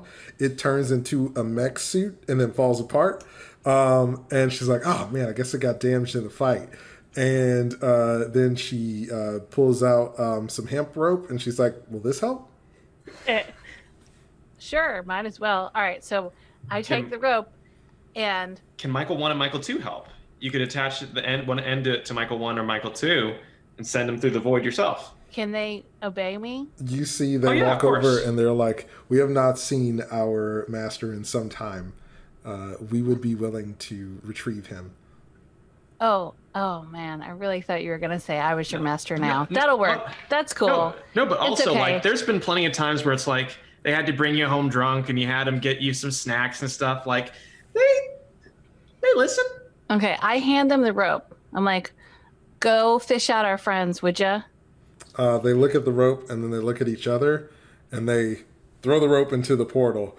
Like the whole thing. They throw the whole thing into the portal. Yes, that's what I thought you said. And, and then they are like, how long does this fishing take? Fantastic. Okay, Excellent. can you go into the portal, go put hands on Wynn and maybe Marty if he's in there, we don't really know. Can you grab him and bring him back? They jump into the void. And as they jump into the void, we're just going to resolve this on Madie's turn, and then this will be the end of your turn. So they jump into the void, and as they do so, Great. I have this orb. I have another job. Yeah, no, I know you do. You're doing great. Marty and Wynn, you see that this dark energy, it starts to go into their bodies as soon as they enter into the void. I hope Fee's upgrade made a difference. And they start to convulse, and then they explode. And the core that's inside both of them, you see that the cores are the only thing that remain. And those start to float down toward the beast. One question, considering they exploded, metal, shrapnel, etc., right by Bathos and Skulldana, can you throw me a damage bone? You killed 2 of my friends. Let's see. So that's a 3, and that's a 14. So as they explode, the shrapnel shoots out, and Bathos uses his body to shield Skulldana. And his scales are really hard, so the metal doesn't pierce his scales. So that was Madie's turn. Now it's Fatima's turn. And Fatima is going to rush over to the ship and say, I think I have an idea, but I need some time. So she rushes into the ship. And now it's Aria's turn. What would you like to do? Remember to order Jeremy to do something at some point, if you'd like. I tie the rope around Jeremy's spine and ask him to go in and fish it out with. Jeremy looks at you and he salutes, and then he walks over and jumps into the void. As he does so, you see that when this skeleton comes into the void with a rope tied around his rib, and he reaches out to grab you. Do you try to resist? I mean, I assume you would recognize Jeremy. I mean, I guess he's dressed as skeleton. Well, Aria, did you give him Is it Jeremy or is it John? It's Justin, It's right? James. Okay. It's Jacob, Josh. yeah. I don't think so, but there is a rope. Yeah, I'm just gonna sort of trust the situation. Sure. It does kind of stink of us, doesn't it? Wait, I'm gonna be like, grab Marty. You did just see Michael 1 and Michael 2 come through, so you must imagine Yes, we're trying to it get does you. feel like they've sent all of the expendable party members. The Jeremy John looks at you and you say grab Marty and he kind of floats sideways to course correct and then floats over to you, Marty, and goes to grab you. He's kind of small, so he's not able to get his arms all the way around you, but he has a hold of you. And he starts to pull you back. He uses a lot of his movement getting to you, so he won't be able to pull you all the way back out. But you Real. That's rad. If anything, I imagine that it stabilizes me so that any attacks I do in this void, I wouldn't have to be rolling at a disadvantage. Can you grab Win on the way out? So Aria, you said you're going to reel them in? Yeah. Okay, Aria reels you back in, so Marty and Jeremy are now back in the... Did you want to...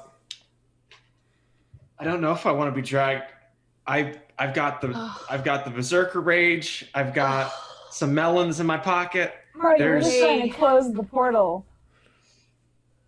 So to Marty's dismay, you're dragged out of the portal. You can always go back in. I'm just So now it's Orpheus's turn. She is going to run over to the ship as well with Fatima. And she looks at you, Win, and she's like, I'm going to help Fatima. We have to figure out what to do about these portals. And I'm not there because I'm in a void. Right. She says that to Aria. She's like, hey, I'm going to go help Fatima.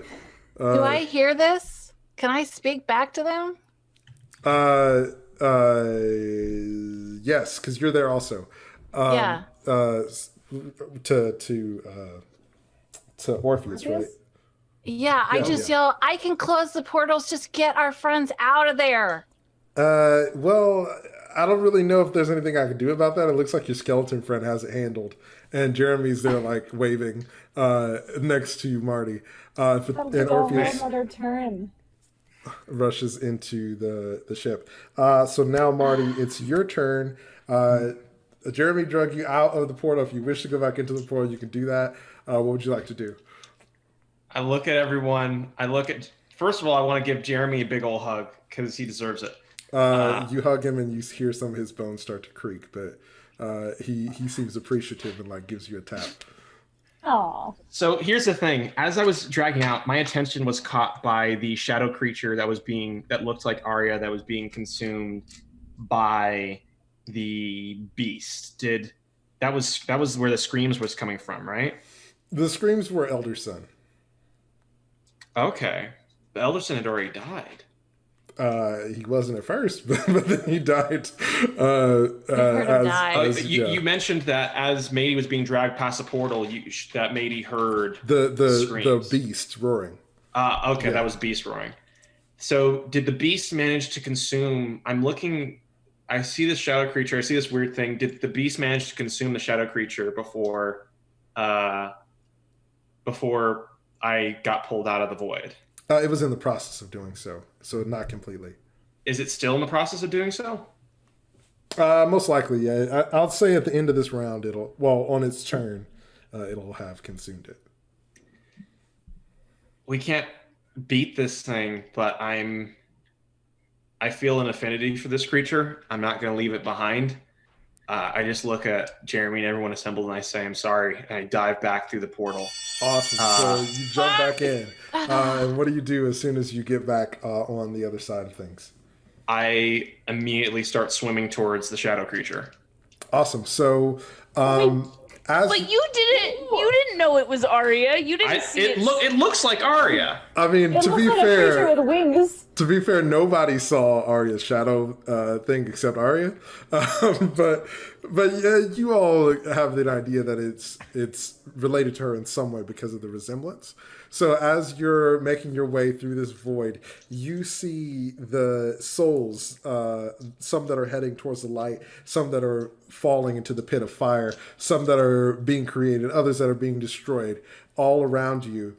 And then you see this beast, this creature, an unearthly horror that you've never seen before, dripping black ooze and ink. It's the same mist that is coming out of the portal, which seems to be around this creature's body. And as you swim toward it, you see Aria's shadow reaches out to you with a look of desperation on its face.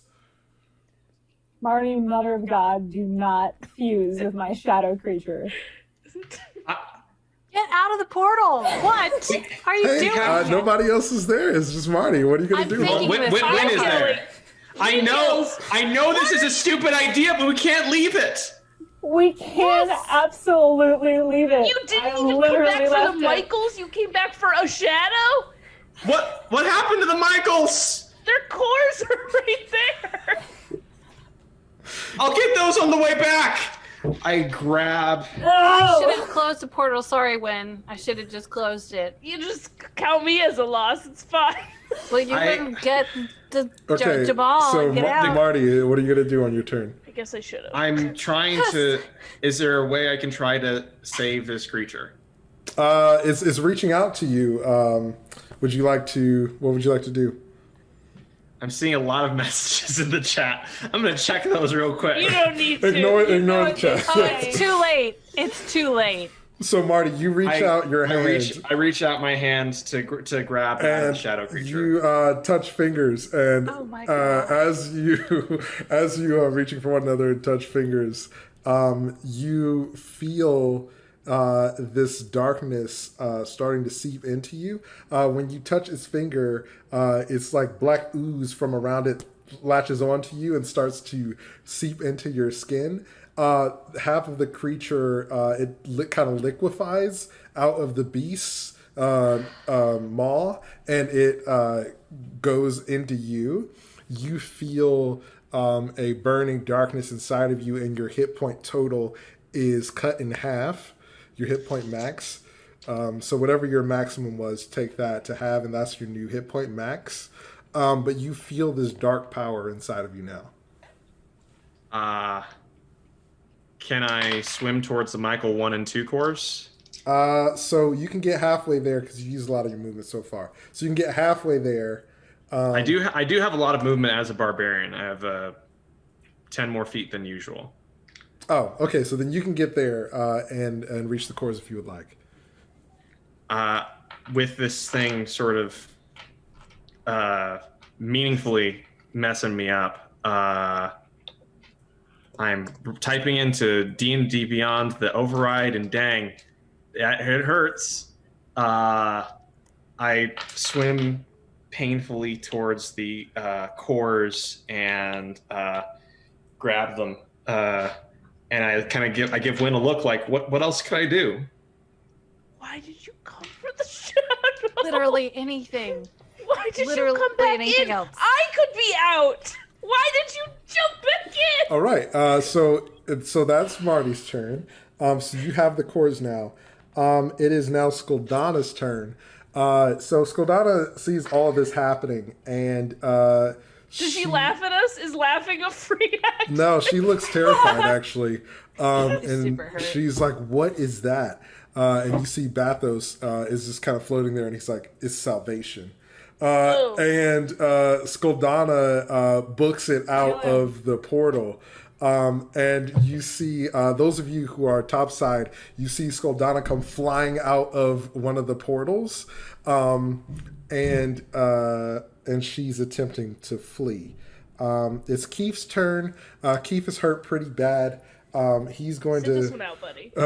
he's going to come over to Madie, and he's going to say, "Hey, I just wanted to say, like, things got kind of weird earlier, but I love you, and I don't want things to be weird because I care about you." And that's what I was trying to say, but sometimes I'm not good with words.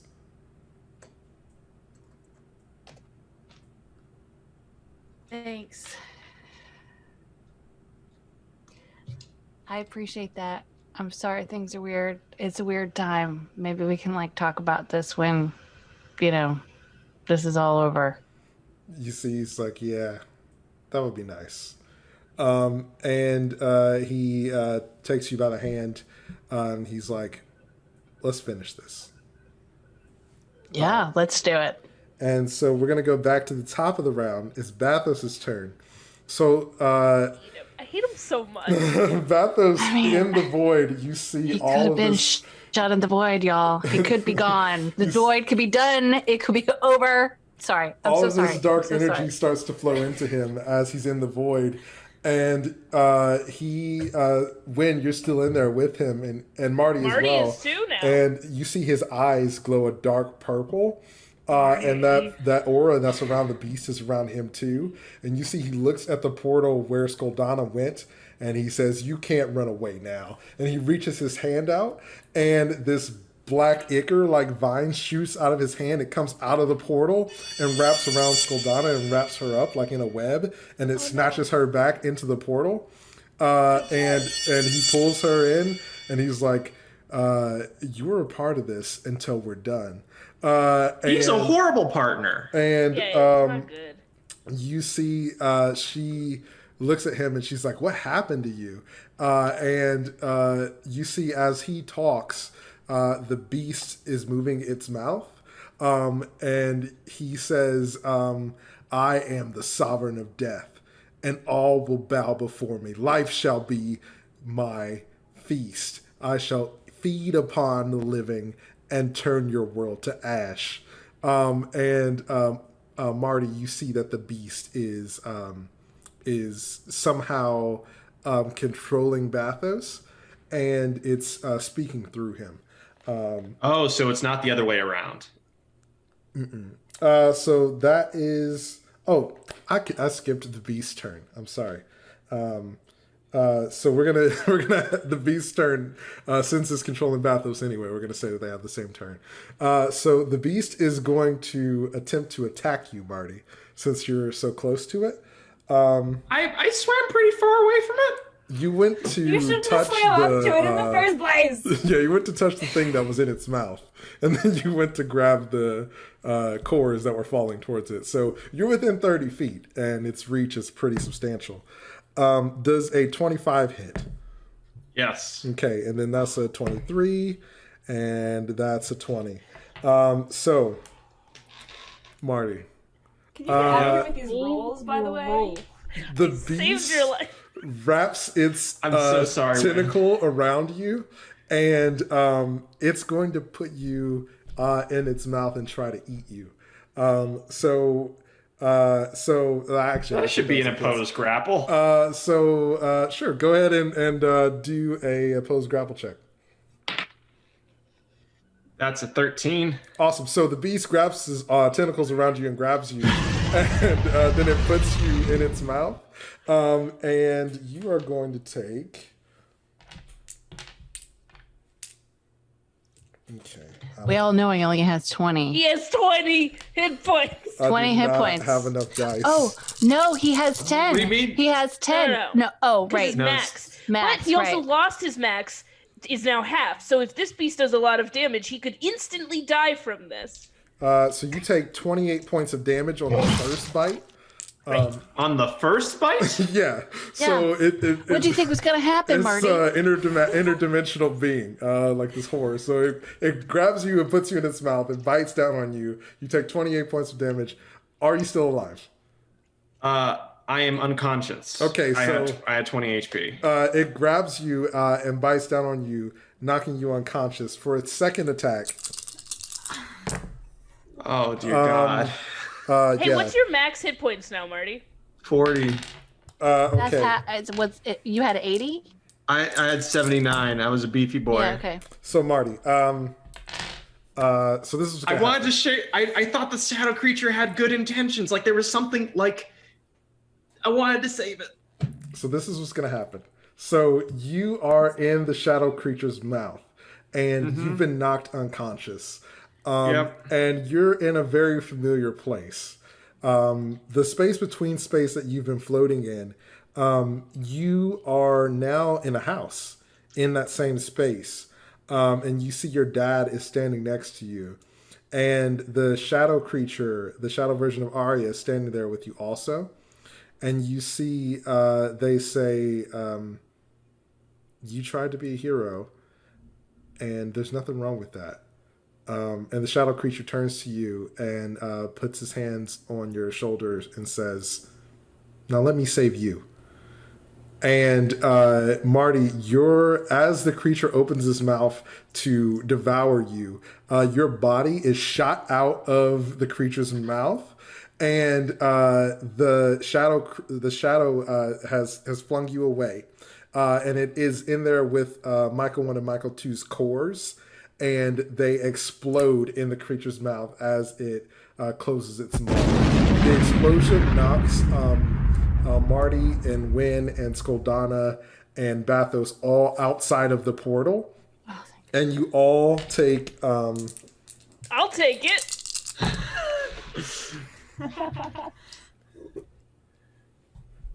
You all take 24 points of damage as you're blasted out of the. So you take 24 damage as you're blasted out of the portal, and you see as the blast happens, Skulldana is eviscerated in the blast. And Bathos is badly injured as he's blasted outside of the portal. And the mist that was surrounding him starts to leave his form and ooze its way back into the void. So that was the beast's turn. So that additional 24 health change, does that just create another a death save failure? Yeah, or so what you happened? have 2 death save failures right now. Okay. I thought there was only one bite that actually landed. Yeah, but then you got blown up. Gotcha. Yeah. So now wait, does the bite that, sorry to litigate, but does the bite that put me unconscious, because that was the bite that landed, does that actually count as a failure as well? Yes. So the first attack was the grapple. The second was the bite. The third would have been to finish you off, but the shadow sacrificed itself to save you in its stead. So your heroism caused the shadow to have a change of heart. So that was the beast. What'd you say, Aria? Because it was evil. So that was the beast's turn. Now it's going to be Wynn's turn. I'm gonna skip Bathos because let's say that was one. Again? Again, Marty? And I slam another melon into his face. Awesome. Do I deserve a melon at this point? I'm not sure if I deserve a melon. I deserve a melon. Also, canonically, I'm pretty sure this is the same day we resurrected you. We sacrificed my dad for you. I'm pretty sure this is the same day. So regardless of the guilt trips, go ahead and roll a d20 to see how much. He gets 20 HP. back. Okay, you get 20 HP back. So Wynn, it's your turn. Do I still have the permanently cut HP? You do not, since the shadow is gone. I don't deserve it back. Okay. I'm sorry. Bonus action saved Marty's life again. And then I would like to do a changeling check on Bathos. You don't have to roll. He's not a changeling. The horse is dumb. He was. Then I want to stab him. You want to stab the horse or Bathos? 'Cause the Oh, horse is I would like- never okay. stab Tony. Okay, Just cool. Tony's Not here. Cool. Tony not got even all here. my head. So since Bathos is prone, you have advantage on this attack. Does he look almost dead? No, I mean he looks hurt, Right. but he looks okay This for the most part. dude. But for the rule of cool, would you say I could kill him with my shadow dagger and he might disappear into the realm? It's fine. I stab him with my I'll tell you regular... what. If you roll a 19 or a 20, the shadow dagger is gonna work. Don't though. Yeah, but I don't... It'll be useless forever. It's the last episode. The last episode. I'm gonna try. Okay. We all come tumbling out of the portal, and you just shove a melon in my face, then try to stab him with a shadow dagger. Now, the first one was a 15. Plus your modifier, right? Yeah, I mean 15. Oh, wait, if I can get a 19 or 20. Yeah, with your attack.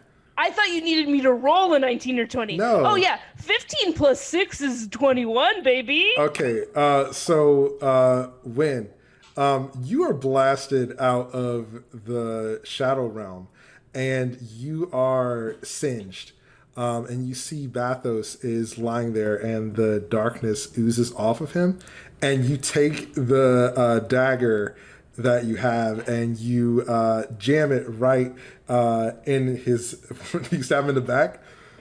Well, is he on his front? I stab whatever part is within reach. Okay, cool. You stab him in the back, and you see as you do, he's like, and like all of this darkness flows out of him, and it good. immediately gets sucked into the pit, and his body starts to decay, and it turns into sand, and is blown away in the wind. Bathos is dead. Dagger. I want my condolences, Skulldana. She's gone. She is dead. She Destroyed, was right? disintegrated in the explosion. And I'm just deliriously saying that to space. To the air. So you all are essentially out of combat now. All the combatants have been killed or captured. And Fee comes up to you, Madie, and he's like, "Only you can stop this." I've been trying to stop this, but I was waiting for my turn. You should ask Fatima about the orb. What'd you say, Aria? We should ask Fatima about the orb. Yeah, she didn't know. So I did a general, like, everybody, and nobody showed up. I'm sorry, Madie. So Wynn killed Bathos. He's dead. So let's just go to Madie now. What would you like to do? All right. Well, I mean, I feel I have this orb. Now my friends are out of the hole, so I'm going to try to see what I can do. So I put my hands in the orb and try to make it work. So as you touch the orb, go ahead and give me a Constitution saving throw. Yeah.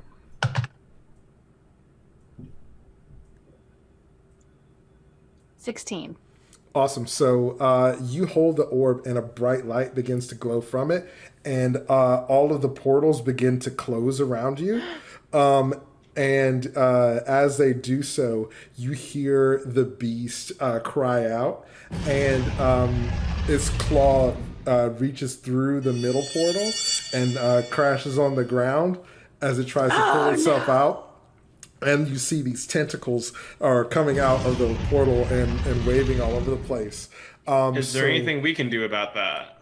You can most certainly try. Madie, as you are holding on to the orb, it seems like there's something more you need to do to close the middle portal.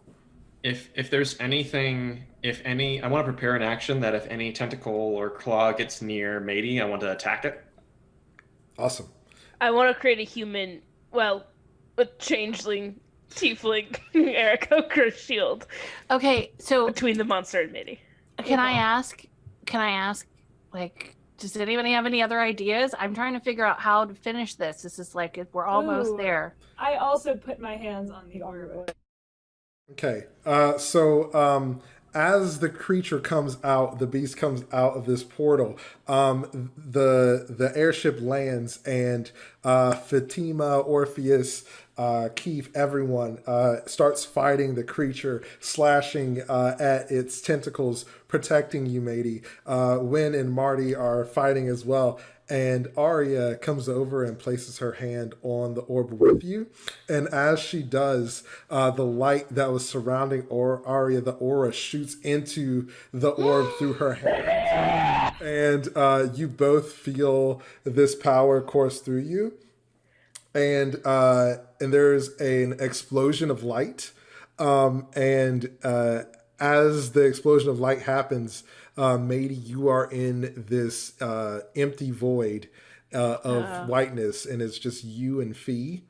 And he's standing there, but he looks different. He's wearing like these robes that you've never seen him wear before. And he has a pin on his collar, and it's like a yin yang, except both sides of it are black. And he's like, well, I guess you did it. Both of us have finally found our destinies, but there's still one thing that remains to be seen. Are you going to bring the humans back? Because if you do, you'll have to sacrifice yourself.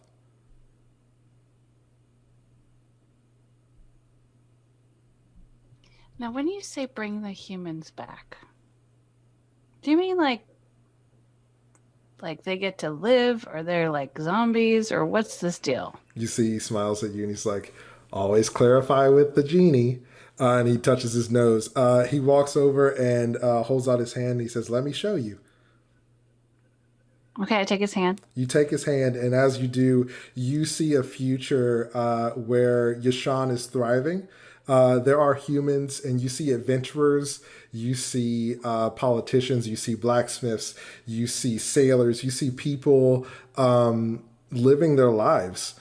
And you see Yashan has fully blossomed into the world that it used to be. And you see Broken Rock has become the island of open arms again. And there's essentially a safe haven there for everyone. And you see that you come back to this void with Fee, and he says, that's what you could have. Well, what your friends could have at least. But everything comes at a price, unfortunately. My magic isn't powerful enough to make it happen without a sacrifice. So, I mean, I kind of like the world the way it is. And this isn't just about myself. I'm just saying, like, why would I, like, something happened. I'm not going to artificially change it. Like, why would we want to bring the humans back? You see Fee looks at you and is like, I don't know. I'm not a human.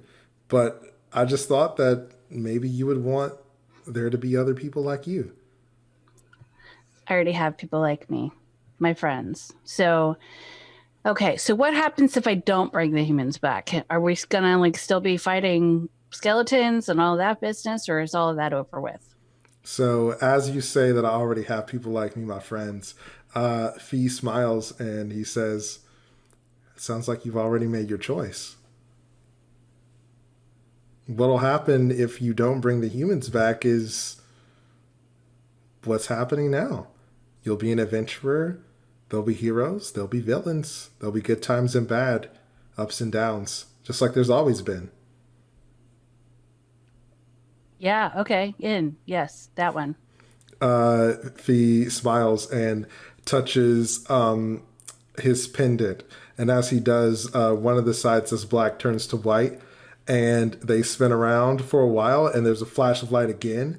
And maybe you're back on the roof of the palace with everyone, and the portal closes as the beast is swallowed into it. And there's silence for a moment. And then the portal explodes into a pillar of light. and you see that as it does so, the land around you begins to be replenished. The dark mist that was flowing out into Broken Rock is all destroyed and dissipates, and the clouds that were covering the sky are gone as well.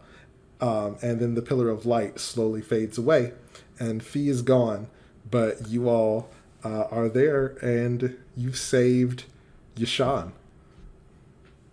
Man, I died like 3 times. Again. So Aria, boss. Thank you, Aria. So I want to tell them what happened. And so I tell them what I just went through with Fee. By the way, first of all, I start with Fee, total baby god, kind of awesome. What? I told you he was amazing. Yeah, feel like way He cheats at amazing. cards. So I heard Yeah, the 2 yeah. words. And then that I you tell them said, everything that But happened. I don't understand. Oh, I can't hear you. I heard baby god. Baby god. Baby god. Baby God. I understand what those 2 words mean individually. It's but kind of like the next to phrase each boss other baby. Like that. He's a baby and also a boss. He's like a mini god. Fee is definitely some kind of being with supernatural powers. So as you relay the information of everything you've experienced to everyone there, you see that your friends and your family all rush over. You see that Antagon Owlfeather and the Zandarian army are starting to march toward the palace. They have Churlish with them in chains, and you see that the army is cheering like, ah!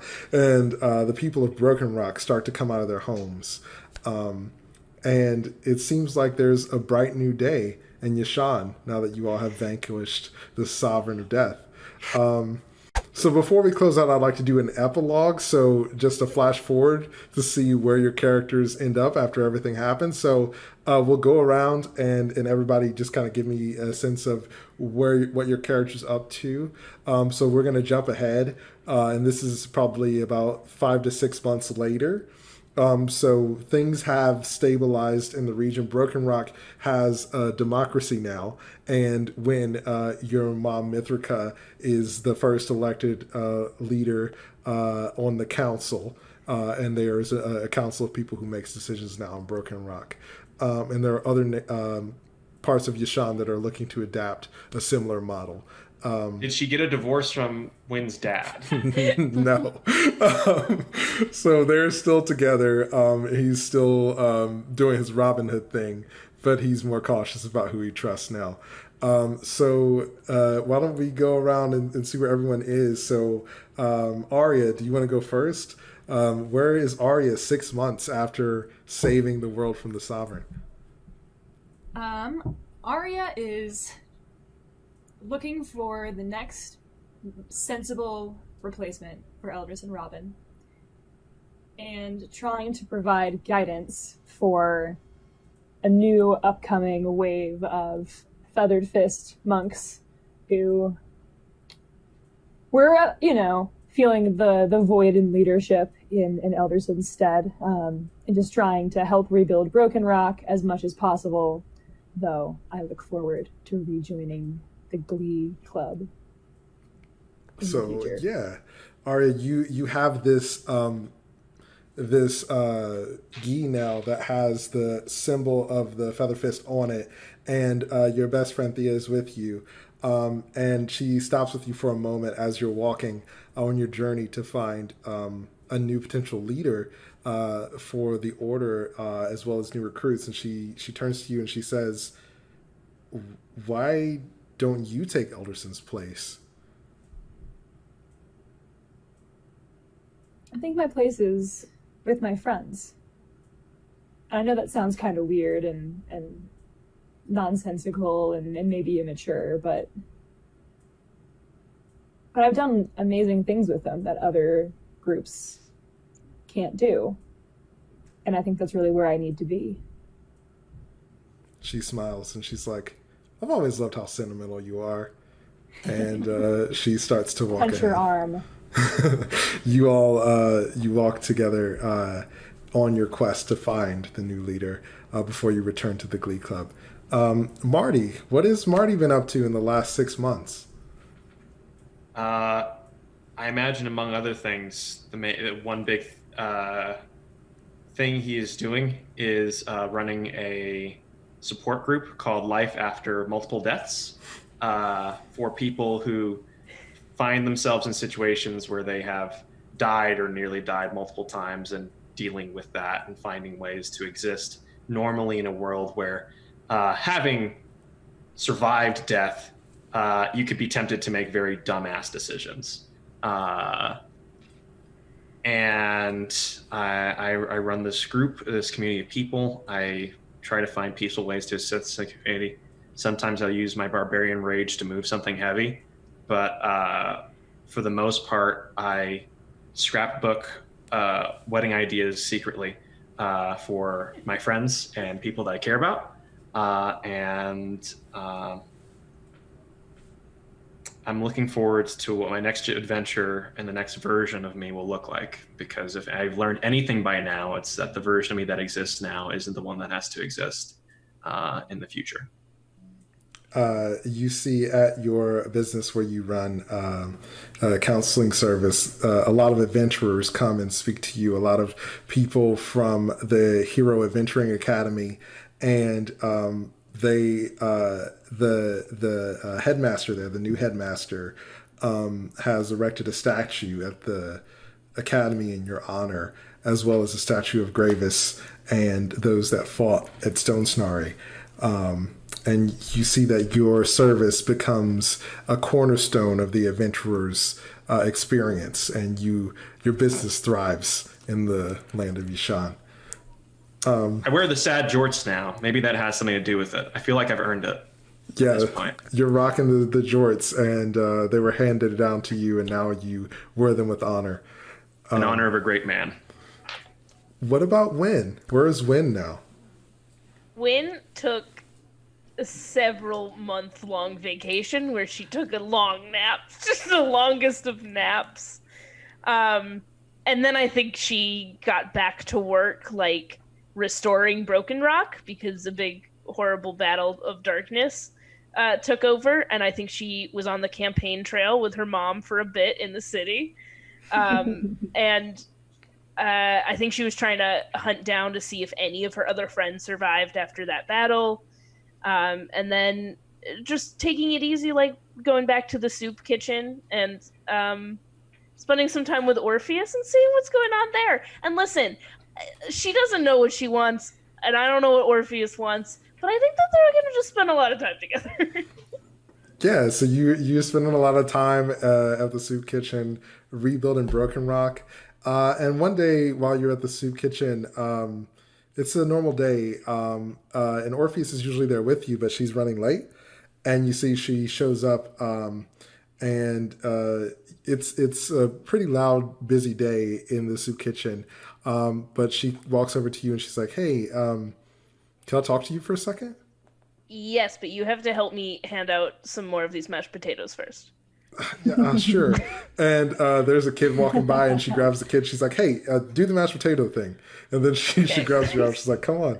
Not exactly what I meant, but okay. So she takes you in the back, and she's like, "Hey, so," and she uses her robot arm to kind of scratch her head nervously, and she's like, I don't really know how to say this, but I made this for you." And she pulls out a box and hands you the box.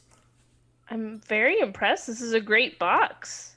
No, it's great craftsmanship. Open the box, you goof. Okay, open the box. You open the box, and inside there is a locket, and it has a little clasp where you can open it. You made this? Yeah, I did, and you didn't see the best part yet. Okay. I open it. You open it, and there is a photo of you and your best friends, all of you from when you were all younger. And it was the last photo that you all took together before you left. And she looks at you and she says, "We probably can't get them back, but that doesn't mean that we have to forget about them." You're right. This is perfect. Thank you, Orpheus. She smiles and she's like, Yeah, it is. And she kisses you on the cheek, and then kind of blushes and walks away really fast. You're stupid. So, Madie, where is Madie now? 6 months later. Okay, so, well, now Hell for Leather has a new arm of their company.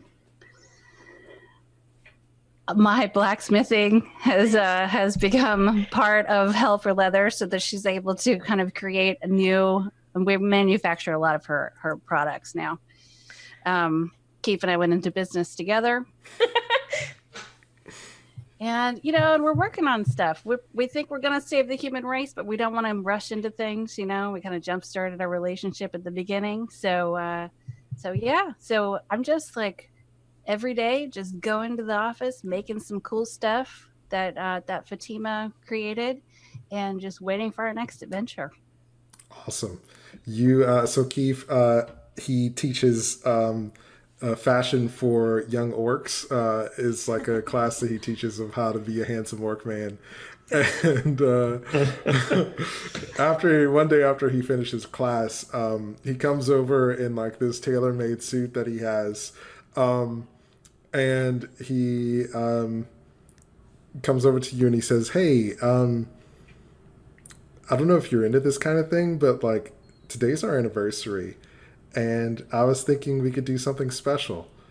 And he pulls out a thing of metal flowers for you, and he's like, "I've been working on my blacksmithing skills." Oh, that's amazing! I love it. He hands them to you, and he's like, we never had that date in the dunes. We could do that now. Oh my god, they did it! Yes, absolutely. I'm trying to remember. I still have that dress. Let me go grab it real quick. Can I go and put on that blue dress that matches his skin so nice? Yeah. So in your blue dress and in his super tight tailor-made suit, you all walk outside, and you have this flying airship that Fatima built for you all, and you get in it and you fly off towards your date in the dunes together. And Keith and Madie are going as strong as ever. So that is all that we have for you all for Realms and Roleplay presents Sovereign of Death. Thank you so much for going on this journey with us. We hope that you had as much fun watching as we did playing and having you all here. We'll be back later for more seasons, so check back and see what we have for you. And as always, take care. Thank you so much. Bye. Bye. Bye.